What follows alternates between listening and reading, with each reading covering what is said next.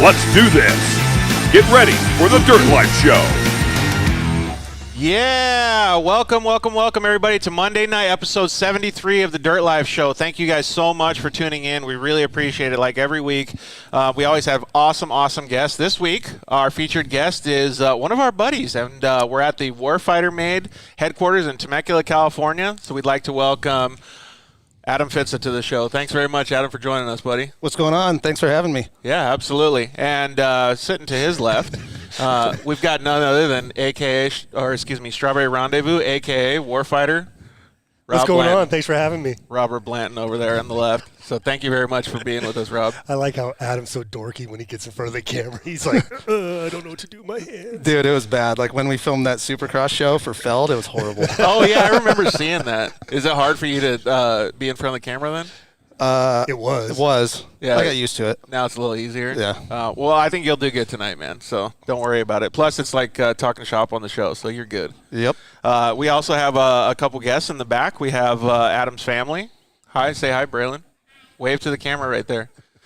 So we'd like to thank them for joining us tonight, too. The 2020 rules and all the COVID stuff, it's really cool that we can actually have people joining us. Like I said, episode 73. So, again, thank you guys very much for joining us. Why don't you guys hop online, and we're going to go over some awesome topics. We want to hear from you guys as well. We have two people calling in tonight. Tanner Carew, which is a free agent. Long snapper now. He used to be with the Seattle Seahawks, but he's going to call in and talk about some Supercross stuff with us. Not only does he do stick and ball sports, but he also does action sports. He actually, Adam and I were talking about dual sport riding before the show. He's an avid dual sport rider and going off-road. So it'll be cool to get his opinion on some of that stuff, as well as the GoPro rule that Feld Supercross implemented and is not sticking to. So it'll be a little bit interesting to hear his take on that. And our second caller that we have calling in tonight, I really have some questions to pick his brain. Steve Westfall of Rockstar Energy Husqvarna. So he's a team manager over there. Everybody calls him Scuba Steve. He used to be Davey Millsap's mechanic. That's what most people know him as. But Scuba Steve's going to call in, give us a little bit of update on how their team's doing. I don't think you saw the last Supercross race, but Jason Anderson's picking it up, man. Yeah, I like Jason. He's sick. Dude, and not only is he like a Supercross champion, like you watch the dude and you're like, dude, his style is like so good. Yeah, hanging out the jersey and all. Yeah, wild. So it'll be cool to talk with him. We may or may not talk a little bit about Cold Stone and Strawberry Rendezvous since we got him sitting over here to the left. I'm so freaking disappointed I don't have one right now. I know, right? We need to get some more. One job. DoorDash. Job. Uh-oh. Some Uber Eats. I have to order my own. I'm having the show here at the Warfighter Made facility. I'm allowing it to happen. I got one request, a Strawberry Rendezvous. I'll get it during break. I'll get it during break. Dude, it sounds like we might get kicked out, like if we don't bring Strawberry Rendezvous at some point this week, right dude. Now. Like I said, thank you guys very much for joining us. My name's Georgie Hamill, and we got our featured guest here, Adam Fitza, and Strawberry Rendezvous, a.k.a. Robert Blanton, with us tonight. So, like I said, we got some pretty good topics to talk about. I also wanted to talk about the Parker 250 race that we raced this weekend. We saw tons and tons of cool stuff. Every year, the UTV game just gets elevated higher and higher. It's super cool. Adam is part of that growth of the sport. We're going to talk with him about what he thinks. He's got experience driving trophy trucks, so it'll be really good to get his opinion on both ends of the spectrum. I was going to bring up some stuff about the Serapis brothers doing the same kind of thing that you're doing. So it'll be cool to get a real life or real world answers from you about that stuff. We're going to announce the winner of the Honda Swag giveaway. So we're going to go through that. Maybe we'll borrow one of your guys' fingers. We can pick a winner on Instagram. It'll be pretty cool to see who wins that. I'm going to be jealous no matter what because I definitely want one of those Honda hats. Those things are super cool. And last but not least, Rob wanted to give a shout out on the show. Why don't we just do that right now, Rob? Yeah, so, unfortunately, the other day we lost an icon in the off-road world, a gentleman by the name of Bruce Myers. Bruce Myers was 94 years old, and Bruce is the creator of the OG dune buggy known as the Myers Manx. And what a lot of people don't know about Bruce, or what kind of flies underneath the radar with Bruce, is that Bruce was also a World War II veteran, and he was credited with saving some of his fellow shipmates' lives when the ship that he was sailing on was attacked by kamikaze pilots, and 2 of those kamikazes struck Bruce's ship, the USS Bunker Hill, and over 600 of Bruce's fellow shipmates passed away in that attack, but Bruce was also instrumental in saving a number of his fellow shipmates' lives in that, and then just kind of coming back into the world, when you're in combat and you're used to operating at such a high level of adrenaline and whatnot, coming back to the normal mundane civilian world it's kind of tough. So Bruce got involved, or was Bruce started the off-road, getting involved in off-road. He was one of the pioneers of the OG Baja racing. He won it overall a number of times in his own creation, the Myers Manx. And so Bruce, thank you for everything, and until we meet again. Yeah, Godspeed to Bruce.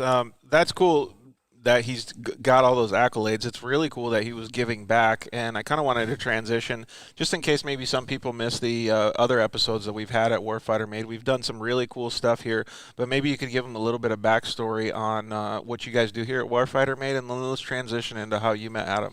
Yeah, well, the whole what we do here at Warfighter Made was actually directly involved Adam. We originally started by adapting and customizing vehicles for catastrophically wounded warfighters free of charge. Like Polaris Razors. Like razors, like motorcycles, cars, trucks. I mean, just the whole, we're not really limited by anything. And this is a long story, so bear with me here. Adam's wife's dad, who passed away last year, is also a co-founder of Warfighter Made. We all became family. I basically knew her before she met him. I had to threaten him a couple times, and then better shape up, boy. and so we were doing vehicles. Adam was working for a guy, Bill Belansky, who is also deceased, and part of the Lucas Oil Regional Series. Bill had a Predator, just like the one that's over your shoulder. Very similar to this one back here. Yep. And Adam went to Bill and said, "Hey, I'm helping out these vets. You have a spare seat. Let's start putting guys in there." And that's how Warfighter Made got introduced into off-road.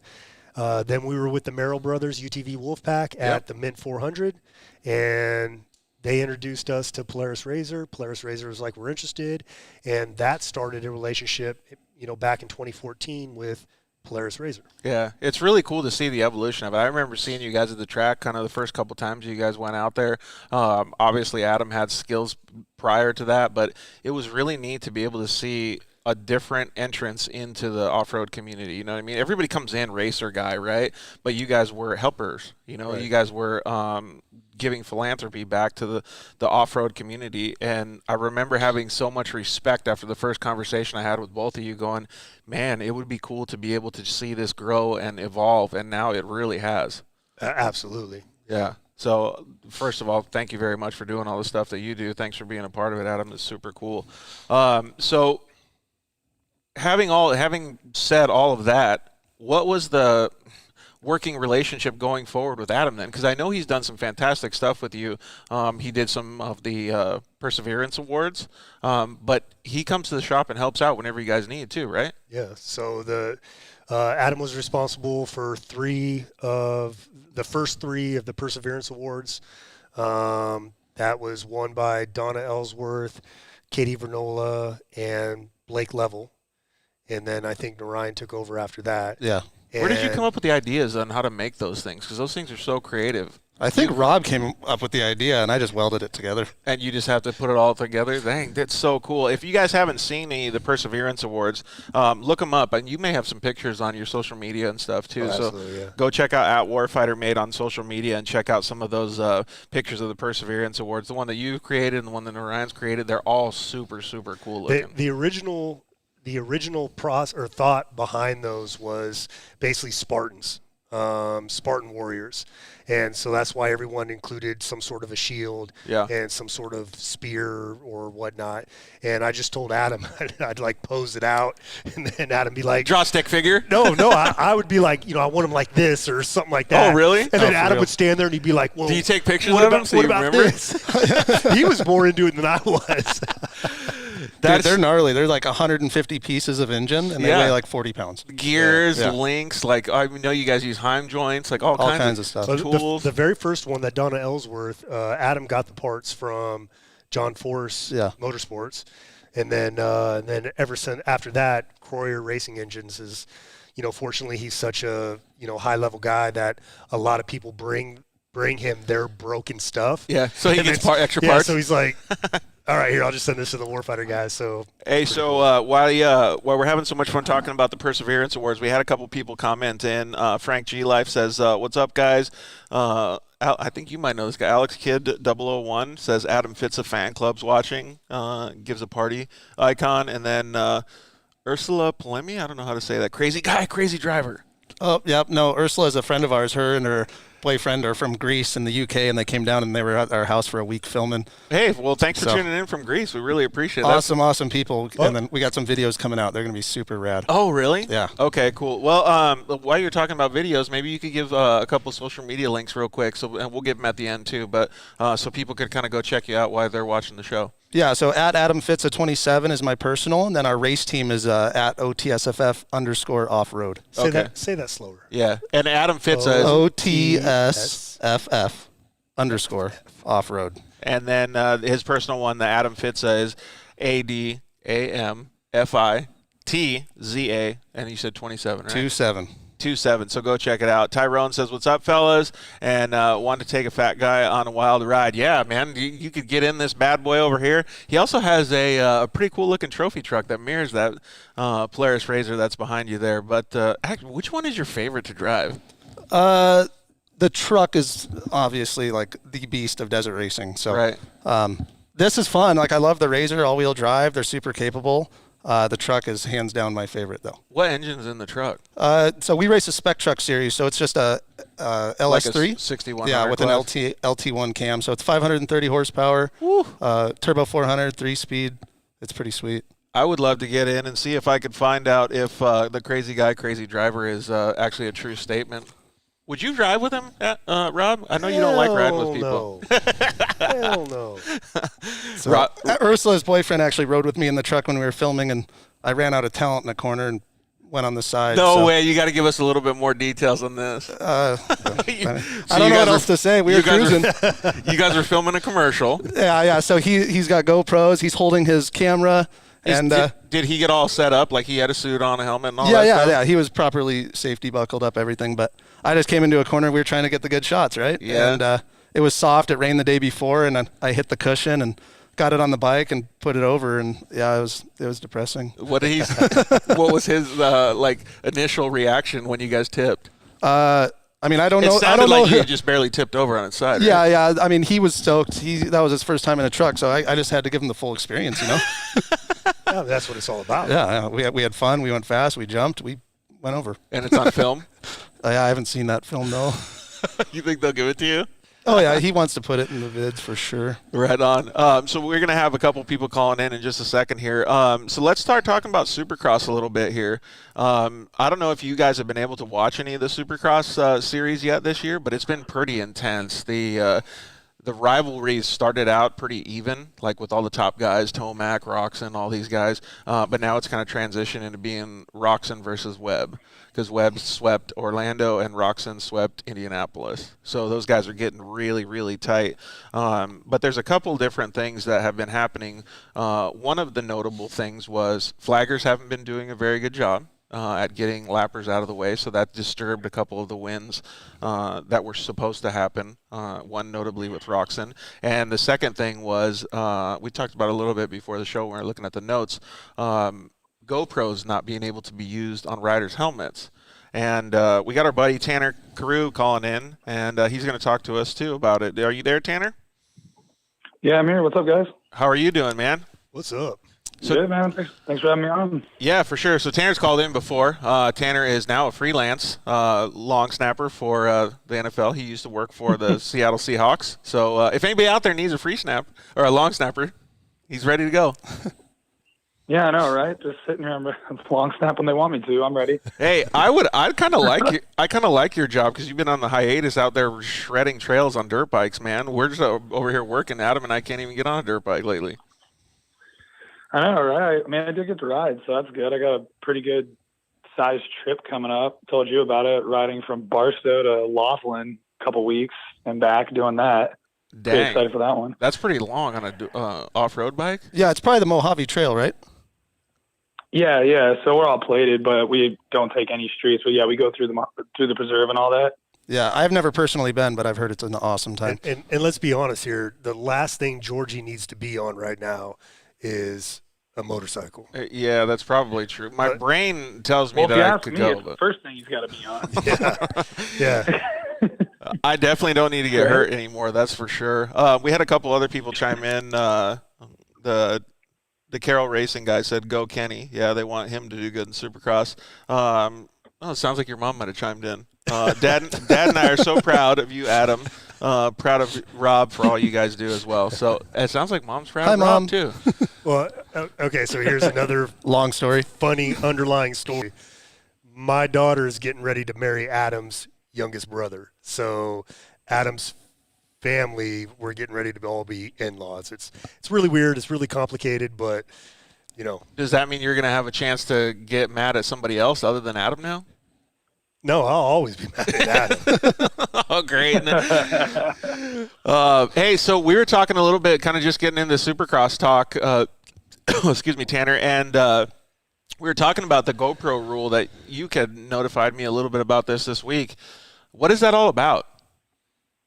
Well, it pissed me off because all the races I wanted to do this year, I wanted to throw a GoPro on my helmet. But the AMA sent out a notice to like everyone that was an AMA member, like you're not allowed to have any helmet modifications, none. And then you turn on Supercross, all these guys got GoPros on, but all the off-road racers are pissed because they can't do it. So I don't know where this is all, where the lining is where they can do it, no one else can. So what is it for, though? Is it to protect people from breaking their neck because it has less sliding, I guess you could say, when you hit the deck? I have no idea. Like it made no sense. I think it was the purpose of it was maybe some other people were doing something else to their helmets, so they just said nothing on your helmet. I think is kind of what happened. Oh, really? But no one really knows. Have you guys worn a GoPro on a helmet and took a digger? Yeah, so in the trucks, like they don't like it when we put them on the top of our helmets. We can put them on the side because, you're losing another 3 inches of space between the cage and your dome.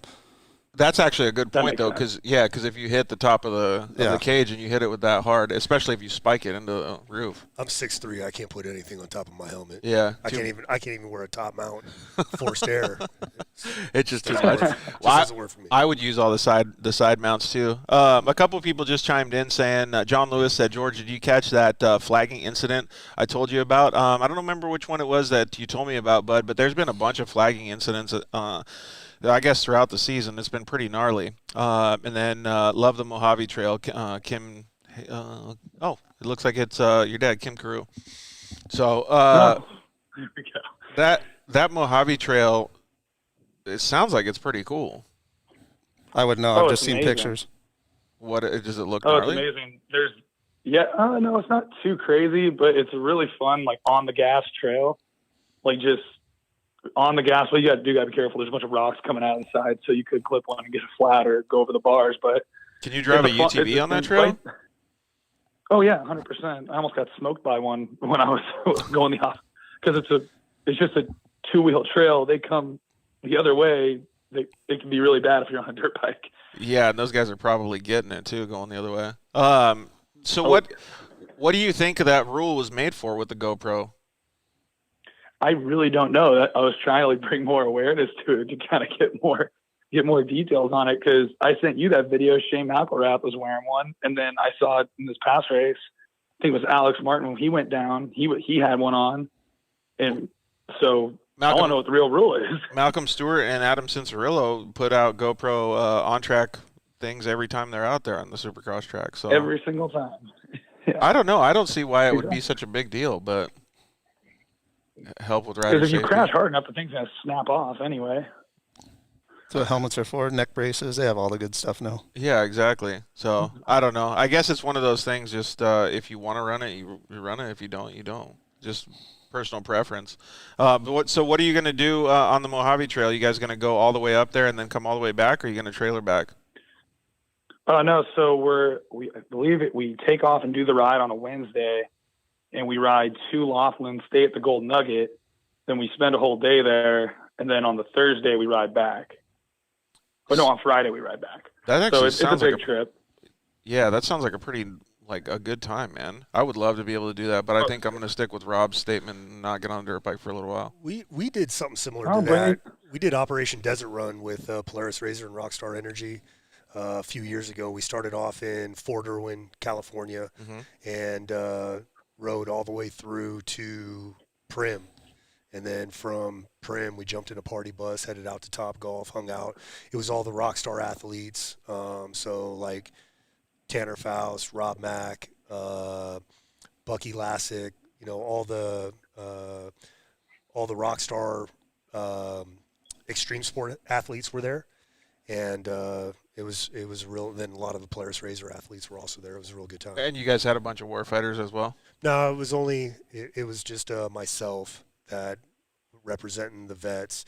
But at the very end, I was able to give away a Polaris Razor to a combat wounded veteran. So that sounds pretty cool. Have you ever done any trips like what he's talking about off-road, or no, or just the racing stuff?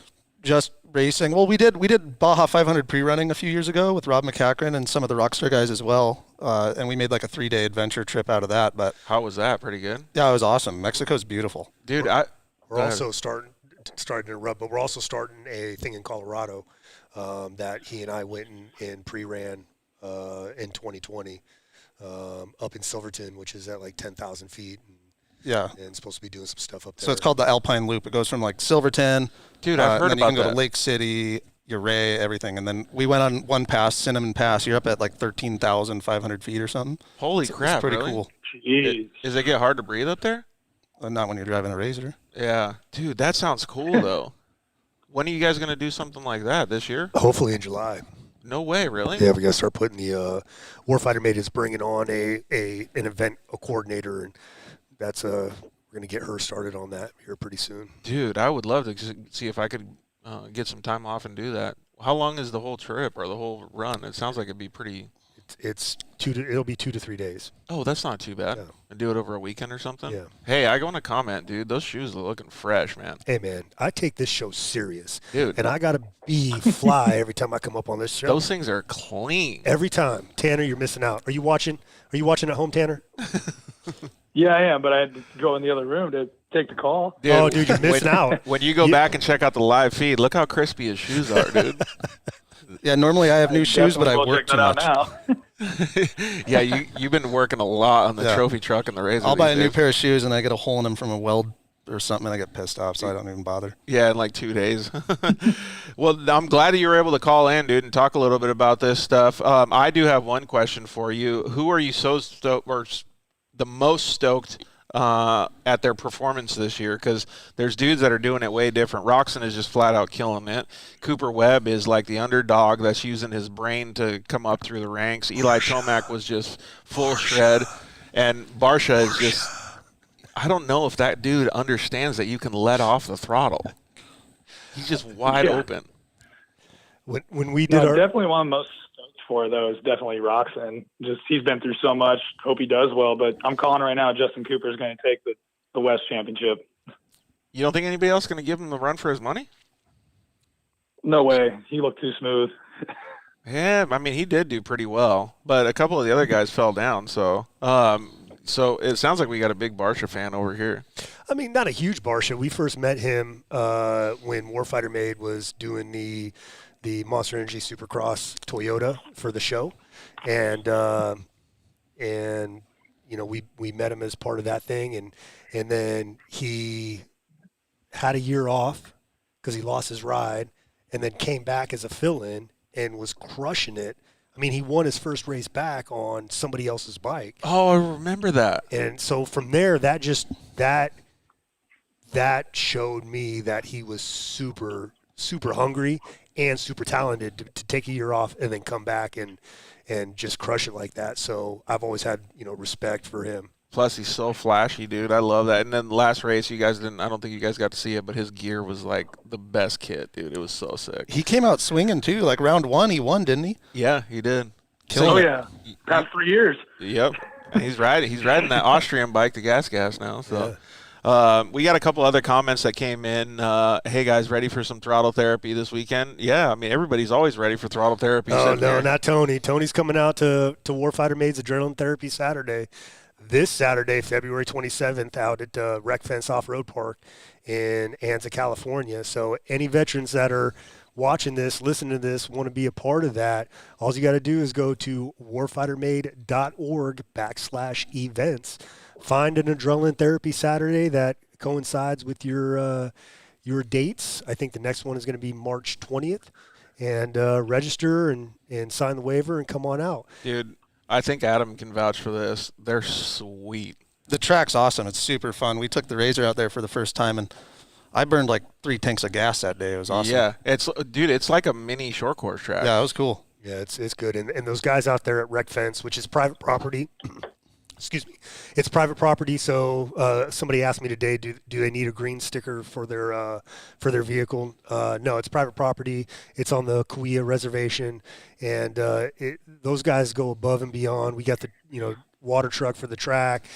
One day we showed up there and they cut like a little 170 track just in case if any of the little kids that are out there ripping up on quads in the parking lot wanted to go do something. So it's super fun. But what I wanted to say was if any vets that are watching or listening to this that are, not in California, still reach out to Warfighter Made because we have a small travel budget and we can actually bring you to us and let you experience what Adrenaline Therapy Saturday is all about. It's 100% worth it, so definitely reach out. Hey, Tanner, we're going to have to let you go because we got Steve Westfall calling in, but I appreciate you buzzing in and hanging out with us for the little bit. Appreciate you having me. Good time. Yeah, you too, man. Thanks, Tanner. Talk to you later, All right, buddy. everyone, guys. So Tony also had another question come in, and another comment come in and said, "I've crashed a lot on my dirt bike. Usually, last thing I worry about is my GoPro. So if he's going to come to the Adrenaline Therapy, watch out for him getting wild." Well, he's also bringing a 6-passenger golf cart Humvee. So, I'm thinking about launching that thing off of Jump One and seeing how much air we can get off of that thing. Dude, people were sending it so hard at the last one that I went to. Man, it was super cool to see that. Yeah, that dude was on a dirt bike too. There was a guy on a dirt bike, right? No, that was Alexa. She is Was a girl? Yeah, she is the only female recon Marine in existence. She's the first one to go through basic recon course and earn the title recon Marine. And she was sending it on a dirt bike. Yeah, she was laying it down, which doesn't surprise me because she's the first, female recon Marine. So that's super cool, man. It's neat to see all those people getting out there and enjoying the track with you guys. Let's see here. Steve Westfall's calling in right now too. So, Steve Westfall, what's going on, bud? How we doing? Good, man. So, how's things been going for Rockstar Energy Husqvarna this year? It's been a little rough, to say the least. Starting off a little slow, though. Yeah. I mean, it's slow, still rough, but yeah, no, I mean, past 3 weeks or so have been going a little better. So now we got a couple lights guys back, so it's definitely moving in the right direction. Yeah, I think you guys. Good. I think you guys are actually doing a pretty good job. The last race, I was able to just barely catch up on the television with it yesterday, and it looked like, well, first of all, I have some questions for the 250 guys, but it looks like Anderson brought his A game to the races this weekend. Yep. No, he's been doing better last couple, 3 rounds probably. So starting to just get back to his normal self, which is a good thing. Yeah, for sure. Well, in the studio today, our Warfighter Made headquarters, we got myself, Georgie Hamill, and then Adam Fitza, a trophy truck and razor driver. We'll have to all get together one of these days and go riding out where Steve lives, and all get in our razors and go shred. And then we have Rob Blanton of Warfighter Made on the call here too. Nice. Hey guys, how's it going? What's up, man? How you doing? So everybody in here likes riding side by sides. Hell yeah, it's freaking. The day of it being called the golf carts is over. I mean, it's the biggest class. It's, the few people throw a couple dollars at it and go racing. Dude, when we were at the Parker 250 this past weekend, there was probably 3 or 4 guys that are already trophy truck teams that are just racing, sick UTVs, of course, but that are getting into the UTV class, taking it full serious, like pro-level trophy truck with their communication systems, their builds, like everything. So to me, seeing that level of intensity and effort, means that the UTV racing, at least, market is growing, exponentially. It's so cool. That's good. It's good for that sport. It really is. Oh, and there was one dude out there on a 4x4 Polaris quad. The dude was like a gorilla. How the hell do you do a desert race on a big-ass machine like that? What about the dude that showed up to the very first UTV World Championships on a snowmobile? Oh, he still races best in the desert. Wait, what? Does he? Yeah. He's got 4-wheeler, quad wheels and tires on the front instead of skis, and he rips. He raced Vegas to Reno last year, I think. What's on the back? It's a snowmobile. A sled track. It's like a Polaris RMK sled. Yeah, it's badass. What? He raced the first UTV World Championships. I don't think I remember seeing that dude. That thing probably launches off the line hard. It's got to be quick. Yeah. All right, Steve, would you try that thing? Probably not. I know. I think I'm gonna shy away from that bad boy too. Hey, so I wanted to ask a couple specific questions about the younger guys. I know Styles Robertson. This is his first year. How did he end up doing? He did. Qualifying was really good. Heat race was really good, and then they had the restart on the 250 main right off the start. Jeremy Martin went down, and Styles was caught up in that. So his shoulder was banged up a little bit, and then they were like, he doesn't know if he can race. And I just said, if he can go out and ride around, it had tweaked the bike pretty good. I'm like, just straighten it out. And then they ended up ripping the front fender off of it because it was broke. And I said, it's good for him just to see how the track develops over the, 15 minutes in a main, because he's never seen it before. And just to go around and just try to ride and see, I could care less what place he got. I just wanted him to physically see how the tracks develop. Yeah. And it's funny. He called me about an hour ago and was like, Saturday I wasn't sure, but after the more he started thinking about it, he actually brought up a couple key points to it and how beneficial it was for him. So I'm like, that's like I told him. I said for the sponsor side, I mean, it's good that you're out there, but at the end of the day, it's good for you to actually physically see how the track changes after they prep it, and then you ride it for 15 minutes with 20 guys. Yeah, 100%. And how old is he now? Totally. 18. Oh, okay. Almost 19. His birthday's coming up. Yeah, so he's super fresh into the class then. And so this was basically his first race. Correct. Yep, first one. Man, that's so cool. It was good. How did he feel going up against, because racing amateurs, he was racing now in the pro class, but he was racing against a lot of the guys that he raced with previously, like Haymaker and all those guys, or Hammaker, however you pronounce his last name. But did he feel at home, or was he a little bit nervous about everybody being there? They probably both, him and Jalik were both nervous. Not that, it's been a while. It's the first race. They try to put some hype on all the kids and the younger guys coming in and, racing against the, some of the older guys. And he was nervous. But I think as the day went on, he got better, just getting more comfortable, more laps, experience. And the Daytona, I think, will be better for him just because he's, you got that one race under your belt. You got the jitters out. And the first time practice, he crashed 3 times. Just little tip overs. it's just the rookie blues. Get him out of the way now. So well, at least he didn't take out one of his sponsors in the passenger seat and tip it over. yeah, yeah. Like our special guest right here, Adam Fitza, did the other day, and it was in a trophy, trophy truck too. So he didn't have to scratch a grip; he scratched the whole side of the truck. Yeah, it's fixed. We're good to go. So yeah, one of these days we're gonna have to definitely get out there and go do some off-roading with you. It'll be pretty fun. We can talk a little bit more shop about what the team's doing and stuff. How about all the other riders? How are they been? Everybody been staying injury free? Yeah, Dean hurt himself in between Houston and Indy, so he broke a toe, sprained an ankle pretty bad, and then had a bone bruise on his where your knee is. Just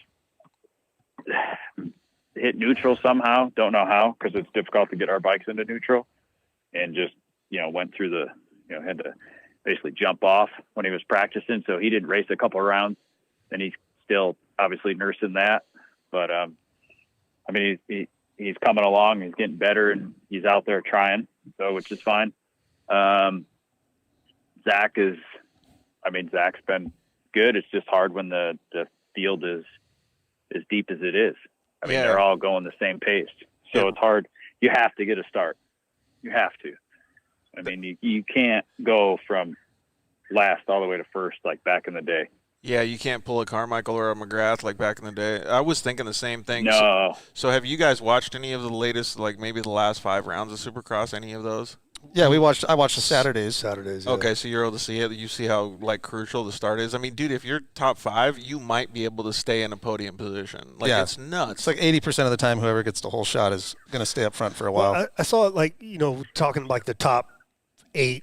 I saw Tomac, Roxon, and Anderson were all on charges where it looked like they were, just going to be top 10s, and then they moved their way all the way up to the front. So there still is that skill level and that conditioning there, that the guys that are hungry and the guys that have the ability to practice all the time can put that head down and go for it. I feel like that's a true statement, but it has to happen within the first 3 to 5 laps. Otherwise, it just gets too paced out, and then that's it. Everybody just kind of sticks. I think Anderson made his charge in the last half. Yeah, last 5 or 6 laps. And then you watch some of the guys that are super fast in the beginning, and they get worn out, right? So they start just dropping pace. Yeah, there was that kid that was leading it. AC.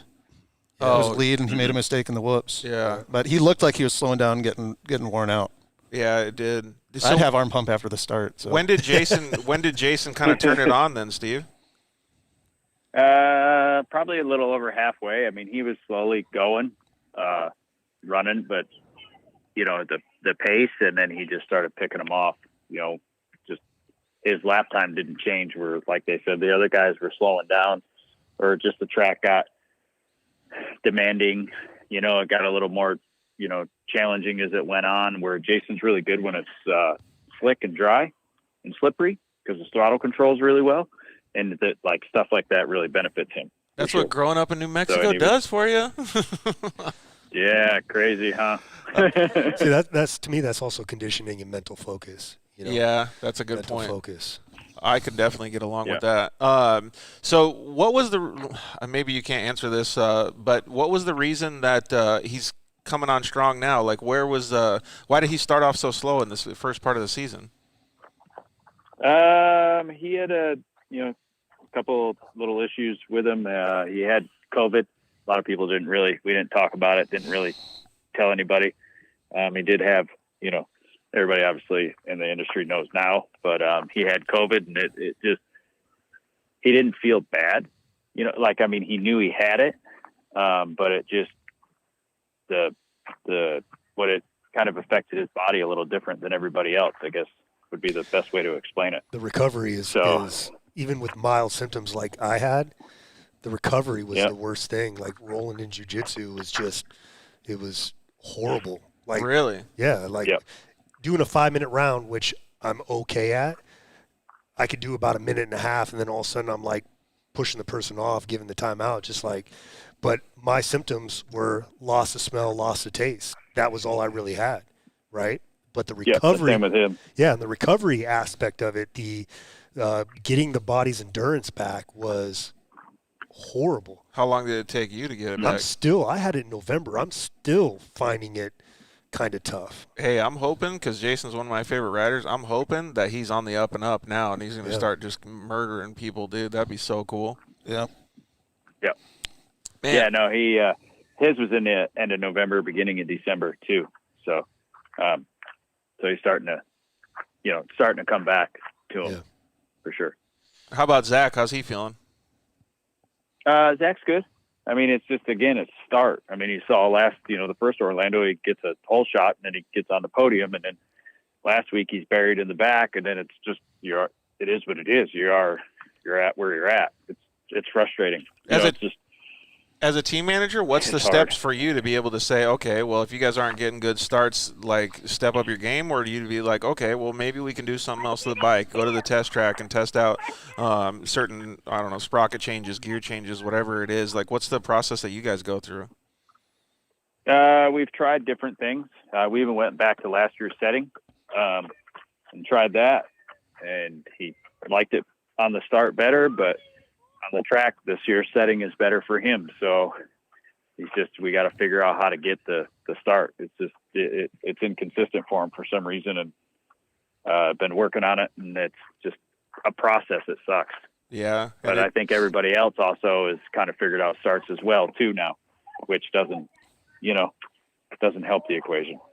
Maybe we got to do it like the old enduro races, like the Lake Elsinore GP, and you have to run to your bike. That way, then take off. Well, I'll tell you what, anyone who had COVID would be screwed.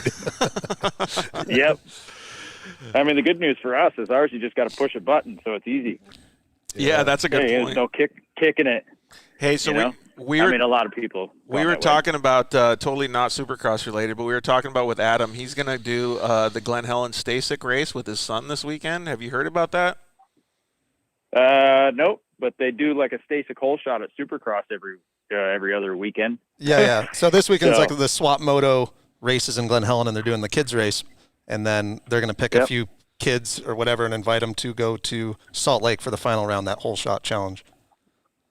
Oh, cool. So that's cool. Adam was already thinking about how to get his son a better hole shot on the Stasic by increasing the battery power. He could. So I don't know if the motor would handle it, but possibly. It's only got to go for a little bit. You just need to start. That's all you need. Yeah, that's it, right? Yeah, it's true. Hey, have you guys been going out to the bicycle track with the kids? Yeah, actually, they're getting their gear on now, so we can head that way. Oh, right again. on. Yeah, it's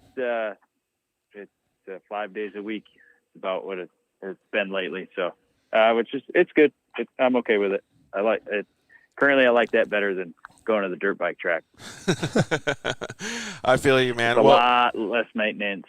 Yeah, because you only have to clean a bicycle instead of the dirt bike. Yep, exactly.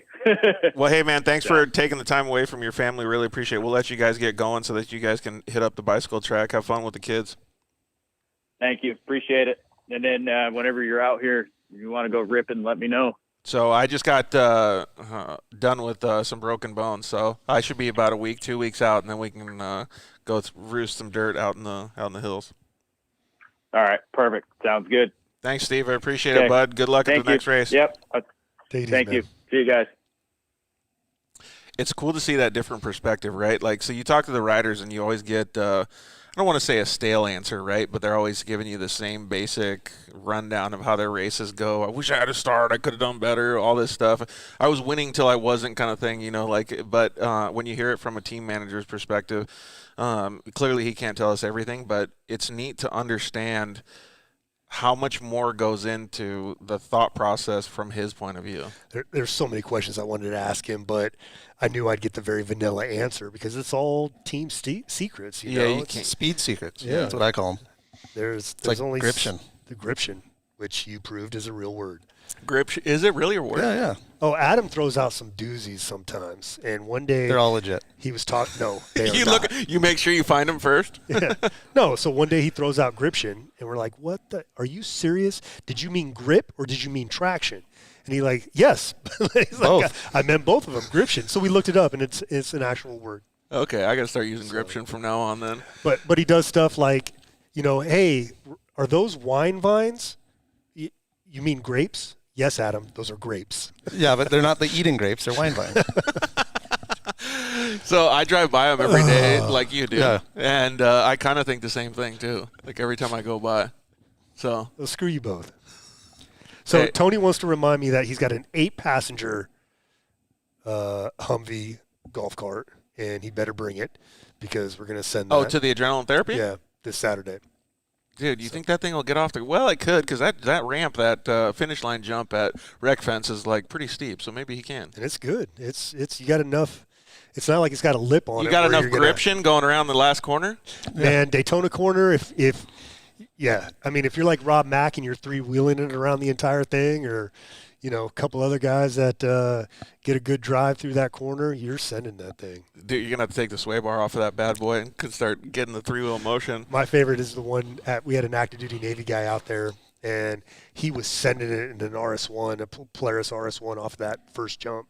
And as I'm watching him, I noticed that as soon as he was leaving the lip, he was kind of doing that little. I could see him in the seat. Really? He's trying to give it a little extra in the seat. To get up, like when you're playing the video game and you move the controller. We like, call that driving the bus. Yeah. That's funny, man. It's cool to see that, though, man, because, like, every time I go out to those adrenaline therapy sessions, I always get a smile on my face because everybody is having so much dang fun. I love it. The one thing that I always loved about Lucas Oil Regional Series was just watching all the kids. Like when you're in the pits and you're going up to the stands, just all the kids that form these little packs that are like racing around on their bicycles or playing freaking Tonka trucks in the dirt.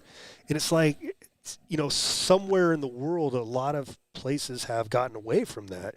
And now you see a lot of kids on, wireless devices. And so to me, it always reminded me of being a kid growing up. Yeah. And then going out to Adrenaline Therapy Saturdays, seeing all the kids out there just having fun. We have all the racers, Jacob Peter, Caden Danbury, Matty Wedeking, Casey Sims. I've got it on pretty good authority that Ruslan Greasehands is coming out to this next one. But, getting the kids and putting them in the passenger seat with these racers and letting them go out and tear it up is it's a good time. Sounds like Stetson Galloway is going to see you guys over there on Saturday. My homie Stetson, I was in the same unit with his father, who passed away in '99, and I actually ran into Stetson.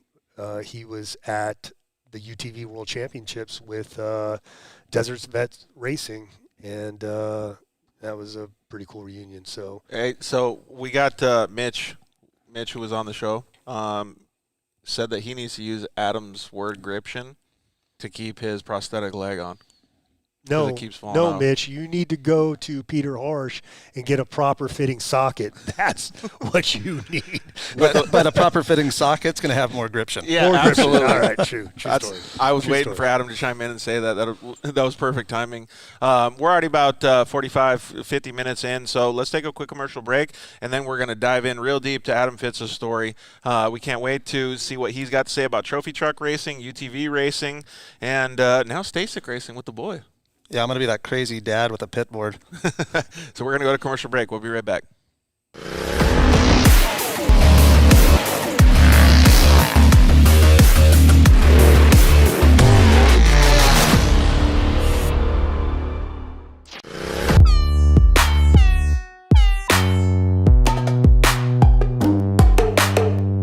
Hello, I'm Justin, the founder of Shock Therapy.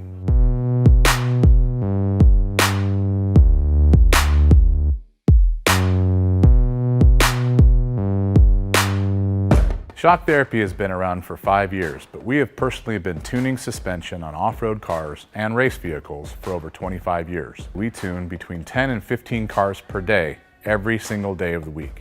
Our concentration is tuning shock systems and supplying components that improve the ride quality of your car in many ways. Not only do we work on the average UTV, but we also tune suspension for race teams and professional drivers.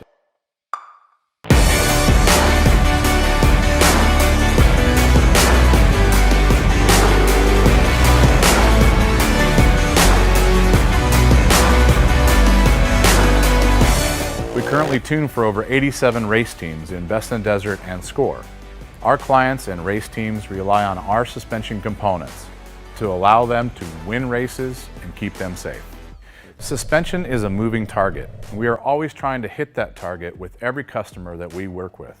Each customer's needs can be different, and we tune our kits accordingly. Our research and development never stops. We improve our components every single day. As the industry evolves and improves, so do our parts and kits. As of right now, we have over 100 products for UTVs. So when you bring your car to us, you have the satisfaction of knowing that you have the most experience, the highest quality products, and the fact that your car is being tuned specifically to you.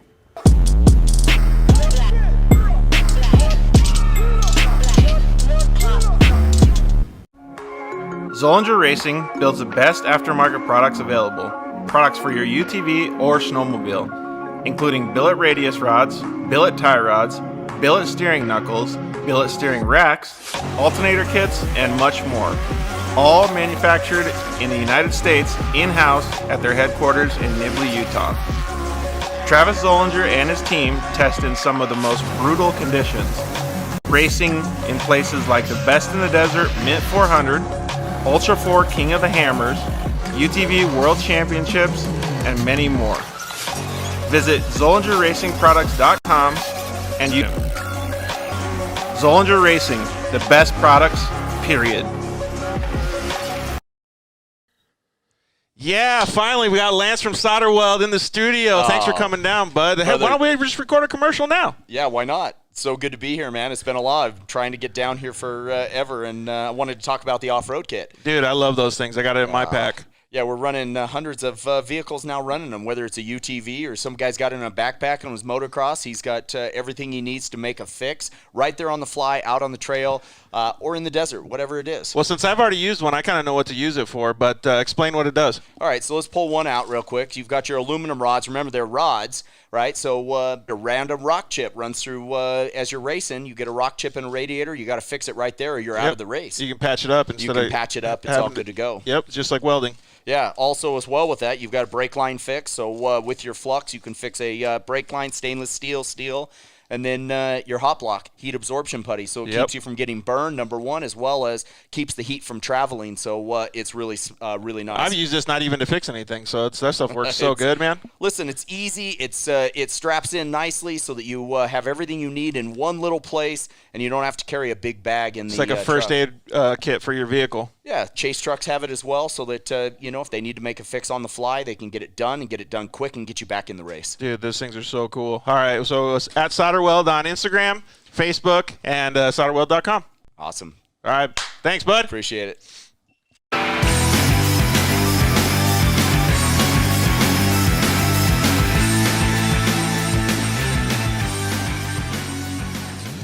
Welcome back. I don't know about you guys, but I feel better after that break.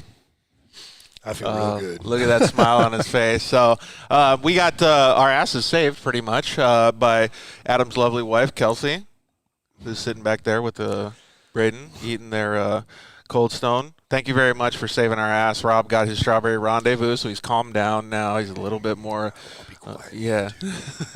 Hey, actually, you should put the mic a little closer to you. We couldn't hear you quite as much in the beginning of the show. I want to, before we get into Adam's story, I want to say thank you very much to all of our sponsors. Thank you to the guys at KMC Wheels. We had a fantastic time in Parker this past weekend. Those guys actually did really good with their representation. They have some amazing drivers this year. Brett Serapis and his brother Christian are driving a Can-Am, a Fortin-built Can-Am UTV in that series. It's cool to see the guys from the trophy trucks coming down and racing UTVs, and elevating the game of racing UTVs, man. It is super, super cool. So congratulations to the guys at KMC for joining up and partnering with them. They also have a partnership with one of your partners, BF Goodrich. So that's pretty cool as well. It was neat to see their level of professionalism, and I just can't wait to see what happens this year with UTV racing. Hey, Serapis guys, I'm still waiting for our White Claw door. Oh, that's right. You know what? I heard like 3 or 4 other people asking for that same door. They might. It was promised to Warfighter Made. Uh-oh. So, yeah, whoever's trying to get that door, I think Warfighter Made might have the edge on you guys. And thank you very much to the guys over at Shock Therapy. They're always doing us a solid by helping us out with all the media stuff. They're doing you guys a solid for helping out with your suspension. They make awesome steering racks for Can-Ams, Polaris vehicles. I know Seth Quintero and all those guys are running those Shock Therapy steering racks, and even Dustin Jones, who is also another KMC athlete, he's running a Shock Therapy steering rack on his Can-Am X3. Those things are just bitching, man. They make all kinds of cool parts for UTVs, and they're just elevating the game as well. Thank you to the guys at EFX Tires for teaming up with us. We're going to have some new EFX tires on the show here in a little bit, and we're actually decking out the Unicorn, my personal Yamaha YXZ, with some new EFX and KMC wheels. So it'll be cool for you guys to see that on our social media channels. Thank you very much to the guys at Zollinger Racing Products. They make fantastic products as well. I don't know if you checked them out, Adam. I know Rob has. Yeah, we put them on an RS1. Yeah. We're debuting that this Saturday. Sweet, with some Zollinger stuff on it? Yes, sir. You can always use the code DIRTLIFE at ZollingerRacingProducts.com and save yourself a whole bunch of money on their awesome products. And thank you guys at, thank you to the guys at CryoHeat as well. I don't know if you guys really do too much with the transmissions and things like that on your race cars, do you? I haven't yet. Not yet. So the guys at CryoHeat do all kinds of metal treatment so they can make your car run a whole lot smoother. They do Pro Mod transmissions for the Polaris Razor. I think it's like 15 or 20, 30, I don't even know how many percent. It makes it so much lighter than a stock one, so that less rolling resistance increases horsepower. So thank you guys. Thank you to Josh and all the guys over at CryoHeat for coming on board of the show in 2021. Go check out cryoheat.com and check out all the fantastic stuff that they do. And obviously, thank you very much to the guys at Solder Weld. The guys at Solder Weld have off-road repair kits that you can repair your race or your ride. It's basically like a first aid kit for your UTV, and you can basically bond any metal. We got to get you one, man. I have one in the van. I can get you one before the end of the show. Yeah, that'd be cool. I've never even tried it out. Dude, they're super cool. And you can just use MAP gas and fix your car on the road. So thank you very much to all of our sponsors. We really appreciate it. And thank you guys for joining us. Next thing we're going to do is we're going to jump straight in and start talking to Adam about how he got into off-road racing. You've told me a little bit about growing up, but you kind of grew up similar to myself and similar to a lot of guys that race and off-road now doing dirt bikes and stuff, right? Did you grow up in Southern California? No, I grew up in Colorado. But, yeah, I raced moto since I was 11 on. Lots of cool tracks in Colorado to race moto? We had one main track, Aztec, New Mexico. We used to ride on a ton. Like it was a couple times a month. And then we'd go to Albuquerque, Moriarty, which you're probably familiar with. We came out to Glen Helen a few times and raced for Loretta Lynn qualifiers. That's pretty cool. And so when did you start racing? Like super, super early? No, 11. Like when I was 11 years old, my first race, I think, was the World Mini Grand Prix in Vegas. Your first race, really? Yeah, it was cool. Way to your parents to throw you in the fire, dude. Yeah, no, it was fun. That's pretty bitchin', though. Yeah, I didn't start till I was 12, so I know the late start game kind of does suck. But looking back on it now, do you think like it kind of supercharged your path and like to getting better and getting faster? Yeah, I mean, there was a time where we were in our like regional series, right? We were up there and we were ready to like go further, and that's one of the reasons I moved to California. But I'm clumsy. I got hurt a lot. I was in a wheelchair for like 8 months one time. Oh. Broke both my wrists at one time, so I couldn't write or do other things. So when I was saying supercharged, I was also being nice to myself because I broke like every single bone on the way up there too, because you really have to like go faster because you got to catch up to all the kids that are 1 or 2 years younger than you that have been doing it for a long time, right? So it makes it a lot different mindset when you line up because I feel like you're hungrier. Yeah, I mean, so I started on an 80. You probably did the same, right? Yeah, exactly. Yeah, so I didn't have the opportunity to ride a 50 or a 60 Nothing. or up. So or a Stasic. or a Stasic. They did not have those. Those things are so cool, man. I actually want to see some video. I'm going to look at your social media. Hopefully you'll post some video this weekend. Kelsey has a few. Like Dakota's been jumping it. He's getting like a foot off the ground, but for a bike with no suspension, it's they have foot pegs that they can put their legs on? on? Yeah, there's little pegs. I was going to say, dude, that would hurt your your family jewels if you're going to jump in those things that are like the paddle ones. Yeah, the Striders. So motocross was obviously your goal when you were a little bit younger, but what level did you take it to? Did you get to intermediate, pro level? Like, where did you get to, and how long did it take? So once I got into 125s, we started obviously novice, and then you go intermediate, then A class, right? And that was basically it. When I was 16, I was, for 3 years, I probably could only walk for 3 months. Yeah. So. Dude, that's crazy, though, that you got that good that fast. So you're kind of saying no on the supercharging thing, but getting that fast, that quick is pretty dang impressive, man. Yeah, I mean, it's something we love to do, and we weren't pushed into doing it. My mom and dad, a lot of kids, you're probably familiar with, being at the track, parents would get upset if you didn't do well or whatever. Yep. We did it for fun, so there was never any pressure, and we did it, like me and my brother just raced and had a good time doing it. So that's what I was going to say. You did it with your sibling. Yeah. Yeah, right on. Was it easy to get faster, quicker because you could battle against each other? No, they were always on smaller bikes, but I had a lot of friends that raced in the Pro Series, and we'd always ride together. So, yeah, we just had fun. A lot of friends that did it. Yeah, so you guys probably know my co-host in Arizona. His name is Casey Peck. I always looked up to him because he was like an older brother to me, too. So it was probably like your brother kind of following you around the track all the time, huh? Yeah. My little brothers still ride. Like, my brother Nick, he rides, like, every weekend. Really? And he's actually still pretty quick. I haven't been on a bike in a while. I don't know. That's why I want to get a dual sport. Something with a kickstand so I know I can't jump. An electric start? Yeah. Hey, do you think you would ever get on a two-wheeler and just go out like in cruise, Rob?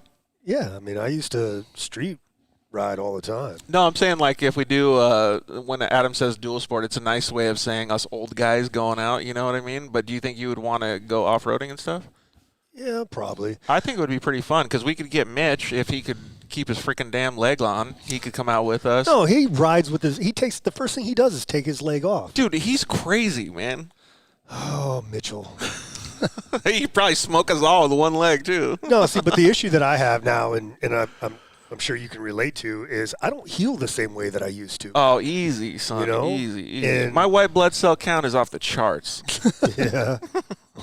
Not really. Didn't fix your eyes or your face. I know, right? Doctors did that. I wish. But you're right, man. It does take it out of you a lot. And you were talking about the recovery of getting sick and stuff, but the recovery after a long day of riding also takes quite a bit longer, too.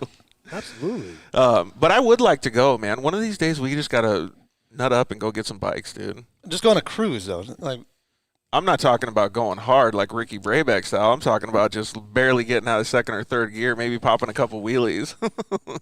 I don't even know if I'd trust myself doing a wheelie. Have you ridden any of the new dirt bikes? They're they're scary fast compared to what you were used to, coming up through the pro ranks and stuff, or intermediate ranks. All right, so you raced for a while. You obviously had some talent to be able to get up to that level. You raced amateur nationals. Did you ever race in the pro class? No. So we qualified for Loretta once, and I got hurt. Oh, you didn't even make it to the national? What class was that, in the B class? That was a 125 novice C. Oh, right on. That's still anybody who qualifies for Loretta deserves a pat on the back, man, because that's still a pretty big milestone to be able to get to that level. Just the adventure, like getting up to there was cool. Like we drove from Colorado, came out here, and I raced Glen Helen for the regional, like the national qualifier, and it was a blast. Like, we had to do our qualifying at Star West too. Like when you have to do a qualifier, you're not from Southern California. When you have to do a qualifier in Southern California, it's like throwing you into the fire big time because everyone out here is fast, and they're all locals only, dude. Like they all rip on those tracks so hard. That's really cool that you were able to make it to that level. So what was the catalyst to shifting gears into four wheels then?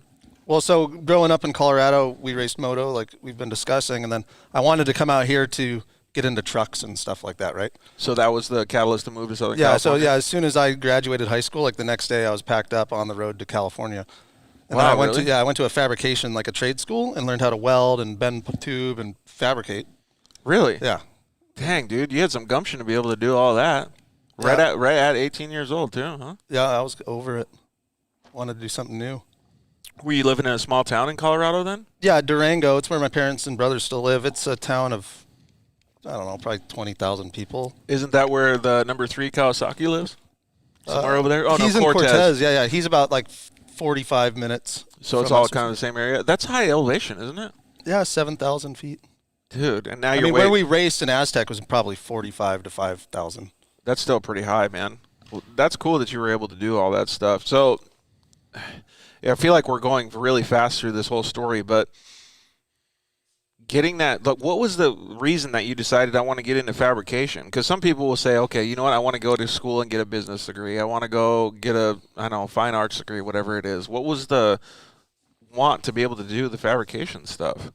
Well, I never really saw in person an off-road race living in Colorado, right? So, but I saw it on the internet all the time, and then I'd watch the Baja 1000 on ESPN when it was actually televised, and I was always intrigued by those vehicles going 100 miles an hour in the desert and stuff like that, you know? So we built Jeeps as well. Like, me and my buddies would build Jeeps and go to Moab and go wheeling, and which is really cool, but you're going 3 miles an hour over rocks. Yeah, it's impressive, but like there's always a speed. It's a totally different way of going through the off-road industry. That's cool. Well, you've been the king of the hammers then, huh? Because that kind of brings me to the next question. Well, that's a whole different animal. Like, you're doing rock crawling, but these cars are also doing 100 miles an hour on the lake bed. Yeah, those Ultra 4s. Yeah, they're pretty badass. That's crazy, man. This is the first time I've been the king of the hammers. But, okay, so you've done some of the slow rock crawling stuff in some of the vehicles that you guys had with warfighters as well, right? Correct. Yeah. Where did you guys go? Moab. So you guys have been there? Yeah. Is that where you guys would go in the truck or the Jeeps? In the Jeeps and stuff, we'd go to Moab. Or, I mean, around Durango, there's so many trails like we were discussing earlier, Alpine Loop. And it's not crazy, but there's still rocks and four-wheel drive trails, you know? Are they doable on dirt bikes? Yes. I wouldn't personally probably do it because I'd end up off a cliff. But yeah. Okay, well, I'm skipping out on that then, too. Yeah. If you're scared of doing it, I got to bail first. The UTVs are cool up there, though. I mean, it's never too sketchy, and it's like the scenery's unbelievable. What do you think about it on UTVs, Rob? It was awesome. Really? Absolutely. I hear so many people talk about it. It's the scenery, for one, because for a lot of us, we're seeing stuff that we've never seen before, or we're seeing it from a different angle that we normally don't get to see it. Yeah. Right? And then, you know, there's slow sections, but there's also fast sections, and it's just, you know, what is this next corner going to bring? I really want to go check it out one of these days, so that's on my bucket list. We had a couple people chime in. Jessica, hello, how are you doing? Lucretia chimed in, said, hey, Rob. So, what's up, Lucretia? I got to see Lucretia and give her a hug this weekend in Tech and Contingency. That was pretty cool to see those guys. I saw that they were there. Yeah. So, unfortunately, she wasn't racing, but she at least come to hang out and say hi to everybody, so that was cool to see them. All right, so during this time, UTVs didn't even exist.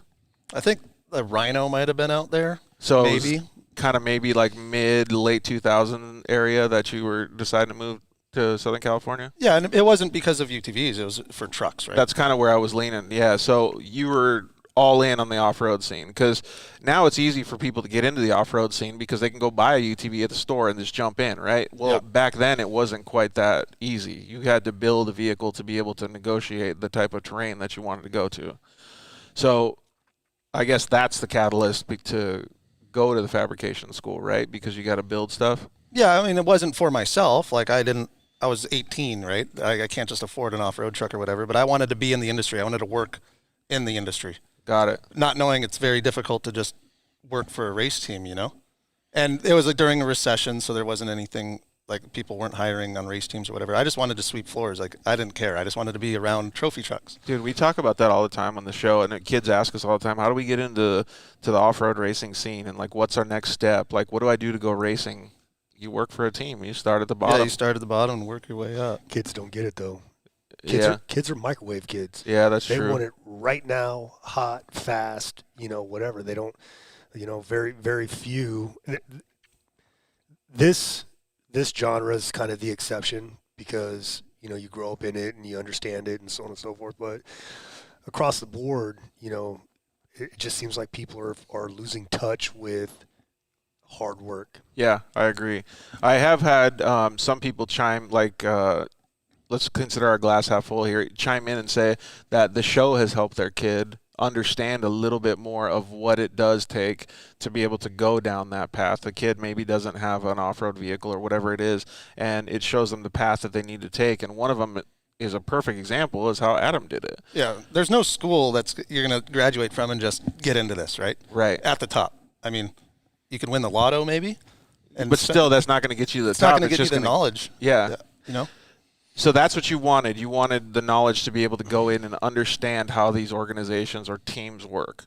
Yeah, and not just that, just learn how to build a truck. I mean, coming from a school, there's awesome fab schools out there and everything, but they're not going to teach you 100% of everything to build a competitive race car. Right. They teach you how to weld a pipe. Yeah. Like, to do, like, what we've done over the past 10 years is I failed a lot, and I messed up a lot of stuff, and welded a lot of stuff, had to grind it out and repair it, and you just learn from doing, right? Right, but you've also done some very successful stuff as well, which we'll get into. Well, first of all, congratulations on that. That takes a lot of you face a lot of adversity through that process because you're trying so hard. You're moving down into a different state. You're creating a new job for yourself. You're practicing a new talent that you have, welding and fabrication, and you're starting from the bottom. That's a really, really hard thing for anybody to do, no matter who it is. So what were the next things that kind of got you lined up to be able to understand that you really loved the off-road scene? Oh, that job didn't come right away. Like, I wanted to work for a race team, but I couldn't find a job, right? Yeah. So I ended up getting a job at a local tire and mechanic shop. Really? Yeah. So I was there from, I don't know, 2007 to 2010, 2012. Man, so you were working your ass off for a while. Yeah, busting tires, mountain tires, water pumps. Do you like doing tires now? I still hate doing tires. No, it sucks. Yeah. Now we got to do bead locks. It's even worse. Exactly. Oh, man, it takes so long to be able to do that stuff. I got to mount up some bead locks right now, too. I like this way where this story is going because it really does show what hard work does and what it ends up getting you, right? So you keep working for the tire and tire company or whatever it is, but on the side you're doing all this fabrication? I was building my own Ranger, like a Ford Ranger pre-runner, right? Dude, this thing was so stanced out. It was so awesome. Full bro-dozer? It was like the whole total pre-runner, like California lean, right? Yeah. There's the Lake Elsinore limos. I mean, I think I went through a couple of them, right? We had a white one, and then I had my everyday driver black one. I guess 3 of them. I don't know. And then I met Kelsey in 2010. What'd you think of his car, Kelsey? They probably can't hear, but maybe I could relay the info. It was fun. She says it was fun, and she's kind of like leaning her head back. Well, it was all work and no play. Like, we put a ton of time and energy into it, and I never drove it. Like, at all. I sold it. But you probably learned a shitload going through that process. Yeah. Well, we learned how to – it was like total garage fab, right? But there's a learning curve in that as well. Right. You probably learn suspension angles and all these different things, right? Like how either not to do it or how to do it. Yeah, I probably set those things up to how not to do it, but then we learned and made it better. And there's no book that states like what's perfect, right? Exactly. And you can't, like you said, you can't start from the top and work your way. Yeah. So did you ever do any of that stuff, Rob? Custom build stuff? No? Me neither. Yeah, he probably had a Gremlin with a 350 in it in high school, Papa Wheelies. A Gremlin. No, I didn't have a Gremlin. He's a Hellcat guy now. So what did you drive in high school then? I had an 86 Dodge Charger hatchback, a Shelby edition, which had a little 2.2 turbo in it, 5-speed. I used to beat the crap out of that car. It was front-wheel drive, so, going around corners, grabbing a handful of freaking e-brake. And what car did you have in high school? I had a 92 Chevy Silverado. Oh, that's pretty legit. It wasn't a Ford Ranger Bro-Dozer? No, it was cool. 6-inch left, 35-inch tires. My dad and I built it. Dang, you're going monster truck in high school. Yeah, it's cool. Like lifted trucks, dude. In Colorado, we went mudding. You guys are both way cooler than me. I just had a single cab Toyota pickup. Barely could go. No, yeah. I actually got my license taken away the first day I got it for speeding. Really? How does that happen? They're like, you were speeding that fast and they were like, we're taking your license? Yeah, it was fun. Like, my truck was loud, it was fast, and it burned out, so You doing smoke shows? We did what we needed to. Back in the day, you were the hoonigan with the big old monster truck. That was fun. I ended up rolling that truck actually like a year after we moved to California, unfortunately. Oh, crap. Nobody got hurt, though? No, we were all good. I was just trying to be Robbie Gordon in a stock truck. Well, that kind of gives us a little bit of understanding of why you're so good at going on commercials now. On the side? Yeah, rolling on the side. So you get down to Southern California. You're doing all these things, working and kind of getting things lined up. You're learning the fabrication stuff.